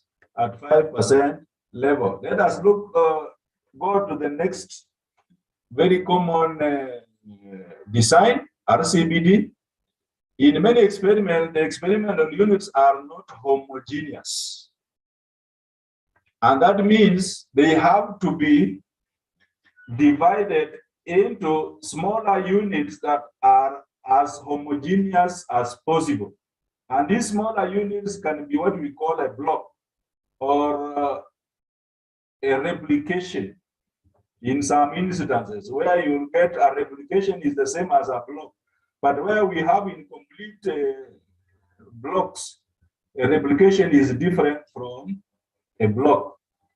So when you get systematic variation existing among the experimental units, this kind of a design is very useful.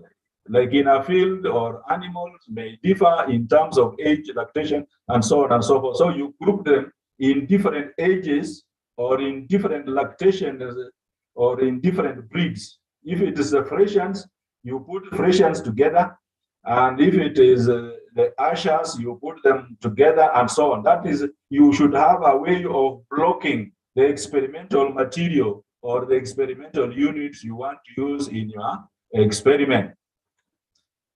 In this kind of design, total variability is normally equal to variability due to non-trend plus treatment effect plus experimental error. And this variability due to non-trend is normally what we lump into the block or the replication, because we know if it is a field, that this field has different blocks like this. You already know, so you block accordingly. When the experimental units can be meaningfully grouped or separated, and the number of experimental units in a group could be assigned equal to the number of treatments, then RCPD can be used. What I'm saying here is the groups of experimental units you have isolated, if you divide that group into smaller units that you can assign treatments, and the treatments can fit in, all the treatments can fit in, then you can use this RCPD, because the block will have the complete set of treatments. And the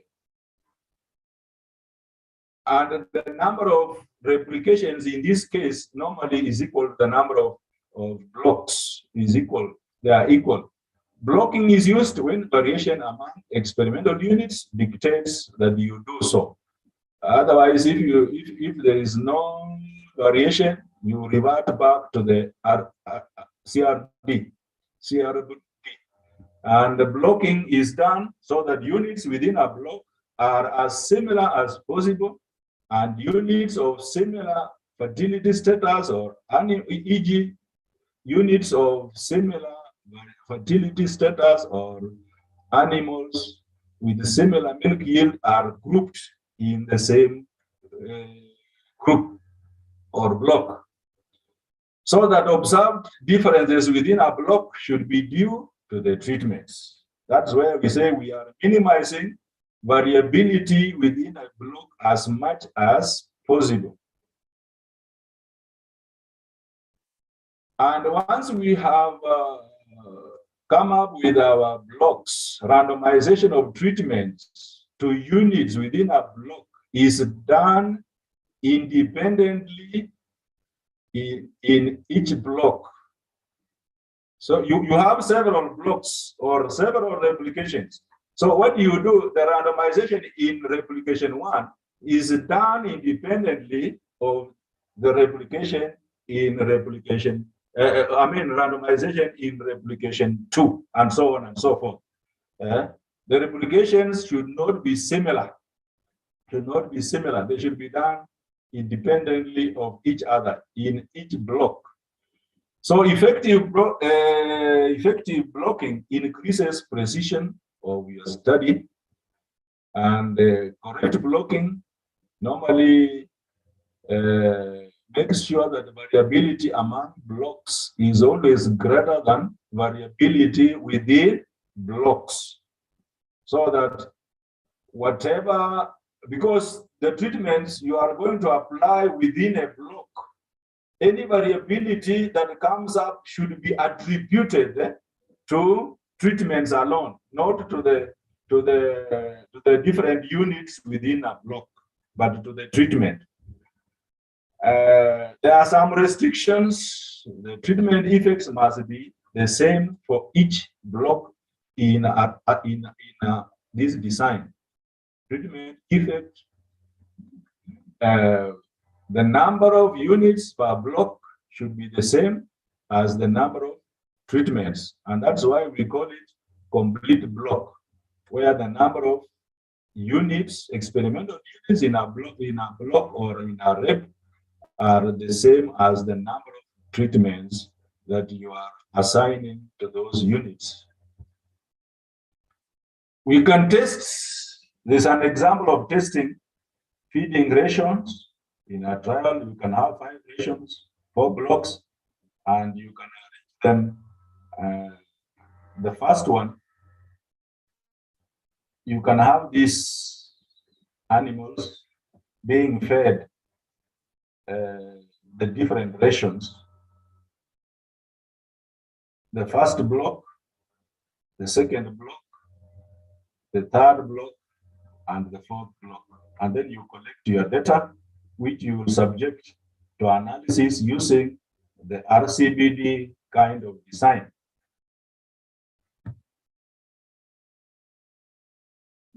And in the first block, I said you can use a particular means of way of blocking. You can use breeds. If you have rations, you can put them in block 1. If you have ashes, you can put them in block 2. If you have boronas, you can put and so on and so forth. So you have a way of blocking. You can use the breed gradient. Advantages of RCBD is straightforward. It has a straightforward analysis, even with missing observations, and is very reliable and it's flexible. Disadvantages is if number of treatments is large, homogeneity within a block becomes hard. If blocks and treatments interact, the RCBD analysis is not appropriate. The statistical model for RCBD is this one, which we have here, where I moves from 1 to T. These are the levels of treatments. And J moves from 1 to R. These are the number of replications. And that is what I'm just explaining here. Mu is, as usual, the overall mean. TI is the effect of treatment I. BJ is the effect of block J. And epsilon IJ is the residual or the error term, what remains. And then the ANOVA table is similar to the other one. But what happens here is a new row has been added. The row due to replications has been added. And this error term, the mean sums of square due to error, is what is used to test for treatments here. For treatments here. And this is what the p-value is and you can say this p-value is less than 0.05. Therefore, the treatments are differing from each other. If you make that declaration, then you do what we call the mean separation. And if you do the mean separation, if you are using LSD at 5%, state it clearly in your write-up. If you are using Tukey, state it clearly, and so on and so on. Whatever method you are using, you just state that this is the method I used for mean separation. And as I have said, you do mean separation if this is significantly, if this declares that the treatments significantly differ from each other. That's when you do the post hoc analysis to now see which mean differs from which one. And if you use SAS, this is normally the procedure you can use to give you this output. From ANOVA, the class you declare. These are the variables that are in categories, that is reps and treatments. And then model, you want to model weights in respect to reps and treatments. Once you have done that, if this ANOVA is showing that the treatments are significantly different from each other, then you invoke a means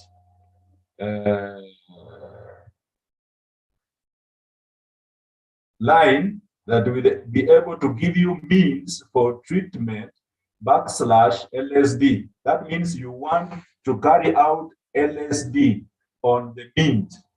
If you want Tukey, you just write it where there is LSD Tukey, and so on and so forth.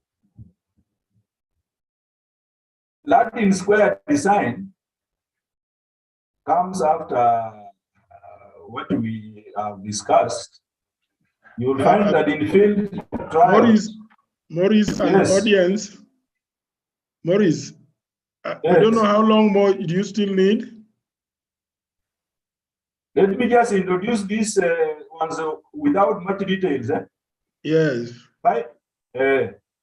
Yeah, I would wish that you don't leave anything out that is essential for, because this is a very opportune moment for our participants to learn, but also time is also on our side. So guys, can we just relax and go through, or we want to rush some parts? There's still Professor Woche to present and Victor to present on ODK. It's okay. It's almost. It's almost. We can go through. If we carry over, what I don't want, don't rush. If we carry over, we can start tomorrow a bit early and make sure we recover. Yes. But I would wish that we don't rush. Some people are working at home, and although some others so differently. So to accommodate everybody, let us just try not to leave something out. So Maurice, continue.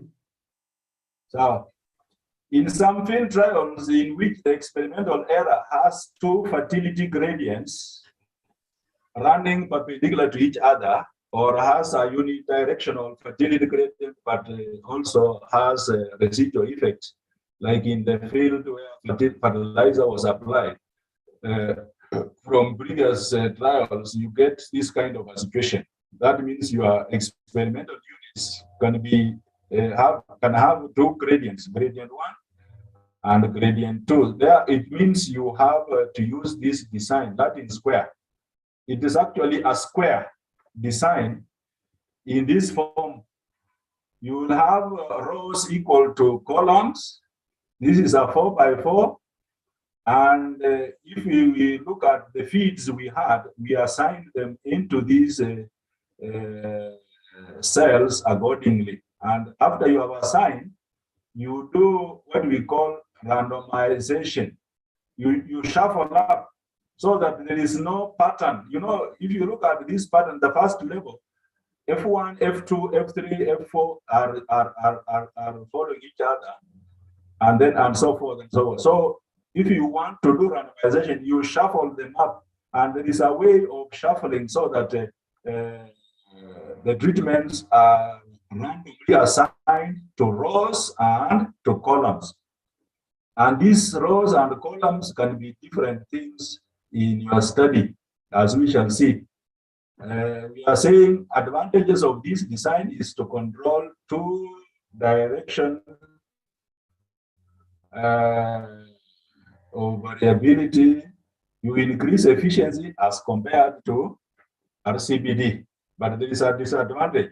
The number of treatments must be equal to the number of replicates, and the experimental error is likely to increase with the size of the square. As you increase the number of treatments, the square increases. Small squares have very few degrees of freedom for experimental error. Those are the disadvantages of this kind of design. And from what we had earlier there, this is how you assign the feeds using this kind of arrangement. But if you want to randomize, you start by doing what is here. Now you do permutation. I hope most of you did in your secondary, you did permutation. For example, C2, C4, C3 can be rearranged. You see from this, C3 comes to position 1, C4 comes to position 2, and so forth.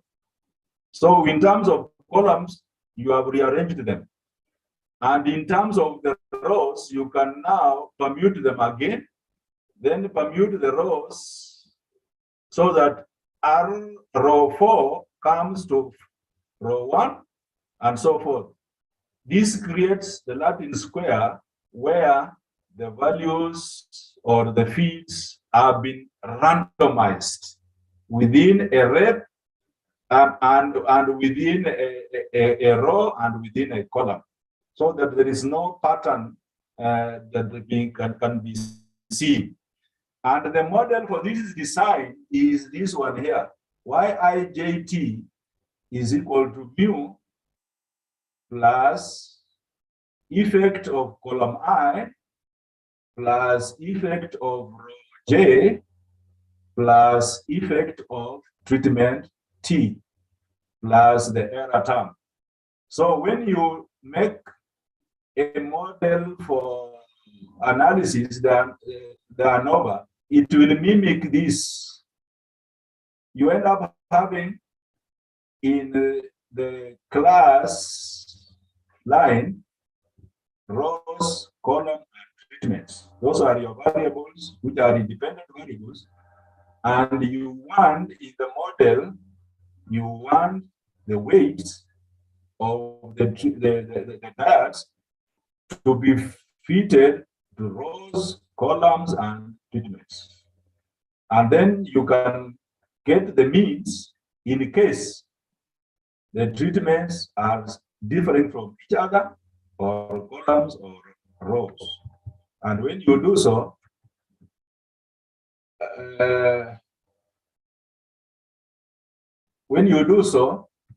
you will find an ANOVA. Although I don't have it here, but an ANOVA can mimic what we had earlier. Let me finish with incomplete block designs. Sometimes in screening, we normally evaluate a large number of genotypes, 50, 100. Now, what do you do with this large number of genotypes that you want to evaluate? The complete block design or Latin square design or CRD become less efficient as the number of treatments increases. So what do we do? Because block sizes increases proportionately with the number of treatments, homogeneity of the experimental blocks within a large block is difficult to maintain. So the more entries we use in a design, the larger the complete block must be. And the within block variation will be very large. So it will be very difficult to test for our treatments effects. Therefore, incomplete block designs are established to control the within block variation. The within block variation. There are other designs which I'll just mention, nested designs. In a certain experiment, you might have levels of one factor are similar but not identical for different levels of another factor. This can be unique to that particular factor, and this kind of designs are called hierarchical or nested designs. And the aim here for nested designs is commonly used to identify the important sources of variation in a system. Such sources of variation, if not well addressed, might make it impossible to guarantee some level of precision. So this is just an example of why you should select this kind of design. Like, let us say you have suppliers who give you fertilizer, 3 of them, and they give you 4 batches each. And these 4 batches, you get observations from each 3 of them. And you want in your analysis the fact that these ones came from batch 1 in supplier 1, you want it to come out. So you use this nested kind of design. And the model is this one, which gives you the total sums of squares is equal to the sum of squares at suppliers level and the sum of squares at the purchase level interacting with the suppliers, and then the error term. And when you do so, you get this kind of results, and you analyze them, you will get this kind of ANOVA. When you do this kind of ANOVA, you in a nested design, these suppliers mean sum of squares is divided by the purchase mean sums of squares to get this value, and you check for its significance. And the purchase in a supplier, you divide this by the error term to get this value, and you check for the probability, and you declare whether there is any significance or not. So what I said initially is there are so many designs.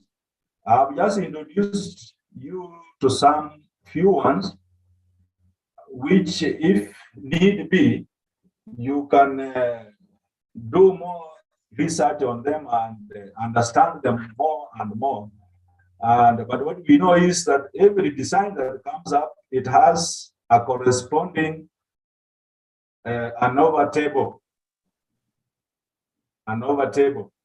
So don't use a certain ANOVA table on a design that is not appropriate for it. Check and find out which design is appropriate for a certain ANOVA. Dr. Uda, I think I can end there for the designs. Experimental design. Yeah. Do you have another one for another aspect? So we can spare that for tomorrow. Huh? You say? I don't know whether Professor Wood will look at the sampling, a few examples of sampling methods, mainly surveys. Yeah. If he will do so, it's okay. So I think if we get it correct, I think Professor Wood could, Prof, are you there? Let's clap for Maurice. Maurice, applause for you. We are going to discuss. We are going to do some plenary, but I want to seek whether Professor Owor is there. Yeah, I'm here. I can Prof, see. are you available tomorrow? Yeah, I'm there, yes. If you are available tomorrow, we may not need to rush these presentations. We can adjust the starting time tomorrow. But yeah, I was thinking. Yes. I've also been watching those who are being trained. I'm not sure whether they are awake 100%, maybe 80, 70, 60. And some of these are very important for everybody to capture. During my afternoon, I can do both what I was to do today and tomorrow. During the afternoon? I thought I'm slotted in the at 2 tomorrow. Also. Because 2 tomorrow. We can do it around after tea break for the morning. Because tomorrow is mainly results. So if we do methodology, it's better to go systematic. So how do you, I'm still seeing 95 participants. Do you think we allow Prof to take 30 minutes to go through some methodologies in social sciences? What do you think, or we push it to tomorrow? Tomorrow. Tomorrow. That is another one. For more absorption. We are being exhausted, and those things are very, very technical, Prof. Otherwise, it will be counterproductive. Yeah, we may finish and we don't get anything. That is why I will agree with you. But now let's have a plenary. So far from what Maurice has covered, so we'll have a Professor Owoche tomorrow and Professor Owor. And my feeling is that those things should not be overlapping. We talk about results before we finish methodology. So, ladies and gentlemen, I think off. Yes. Yeah. Yes. We should do Owoche tomorrow and myself before we do the results, because in mine I've told you I'll also pick on the results so that when you do results. Because there's not much difference between the results for socioeconomics. Yes. These other ones and your basic sciences. So I think we should do it before we go to results. That means we start with the methodology part tomorrow at 9. At not 9. Not 9. We were trying to suggest to start by 8:30 or 8:30. We do 8:30. Okay. Can we agree, class? Yes. It is agreed. Yes. 8:30? Yes. We'll start at 8:30. This course takes so long. And when we are squeezing it, we also want to realize that we achieve our objective. And I agree, we can pump so much talking to ourselves here, and we are not absorbing, and we'll have not met our objective. I believe you have raised a lot of interest in participation. I'm very happy with it. Calro is very happy, even the number. And therefore, we have carried forward today's work. It's normal with our African plannings. We have carried forward today's work, and we have learned with the efficiency that needs to be employed tomorrow. So we will start with Professor Owor, and then we'll complete with Professor Owoche, because I expect him to talk about, similar to how Dr. Mondi presented, about a way of writing narratives of these things that the areas covered. Professor Owor will cover a few of the things that I mentioned. I just laid foundation. So Owor tomorrow will go through those narratives, and I may step in to just show you how to do figures and how to do tables at the end of it. So that, no, that is still methodology, not I'll come in at results. Methodology, perhaps I may not have much more to add. So can we call it a day? Yes. Well, thank you so much. Thanks, Gladys, for enabling this to happen. We extend our thanks to the DG and the Calro management. We are very happy, and think the participant can attest with me that you are happy. Thanks so much, and bye, and bye, everybody. Doctor, just a minute. A minute. Listen to Gladys. Gladys, put on your video. Okay, just a minute. Okay. Thanks a lot, Dr. and the entire team. It has been a very successful day. The one announcement to participants, kindly forward your names to my email indicating your institute or center. Sorry. And where possible, your internship number or your personal number. So we have to repeat. Kindly share your email with us. The people, they have already sent to Kindly me share the your email. email address. Yes, I will share it again. However, there is you are supposed to sign every day. You're supposed to sign today, tomorrow, and on 30th. Every day sign that sheet. It will be sent to me by your either institute or center director. But for the certificate purposes, I had requested that you send your name plus the center or institute so that we know where to send the certificate when it's ready.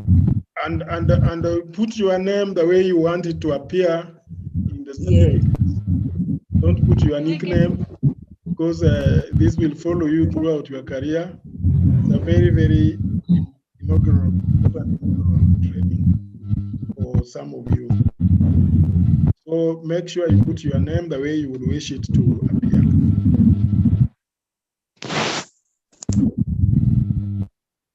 Otherwise, you have a lovely evening. Let's meet tomorrow.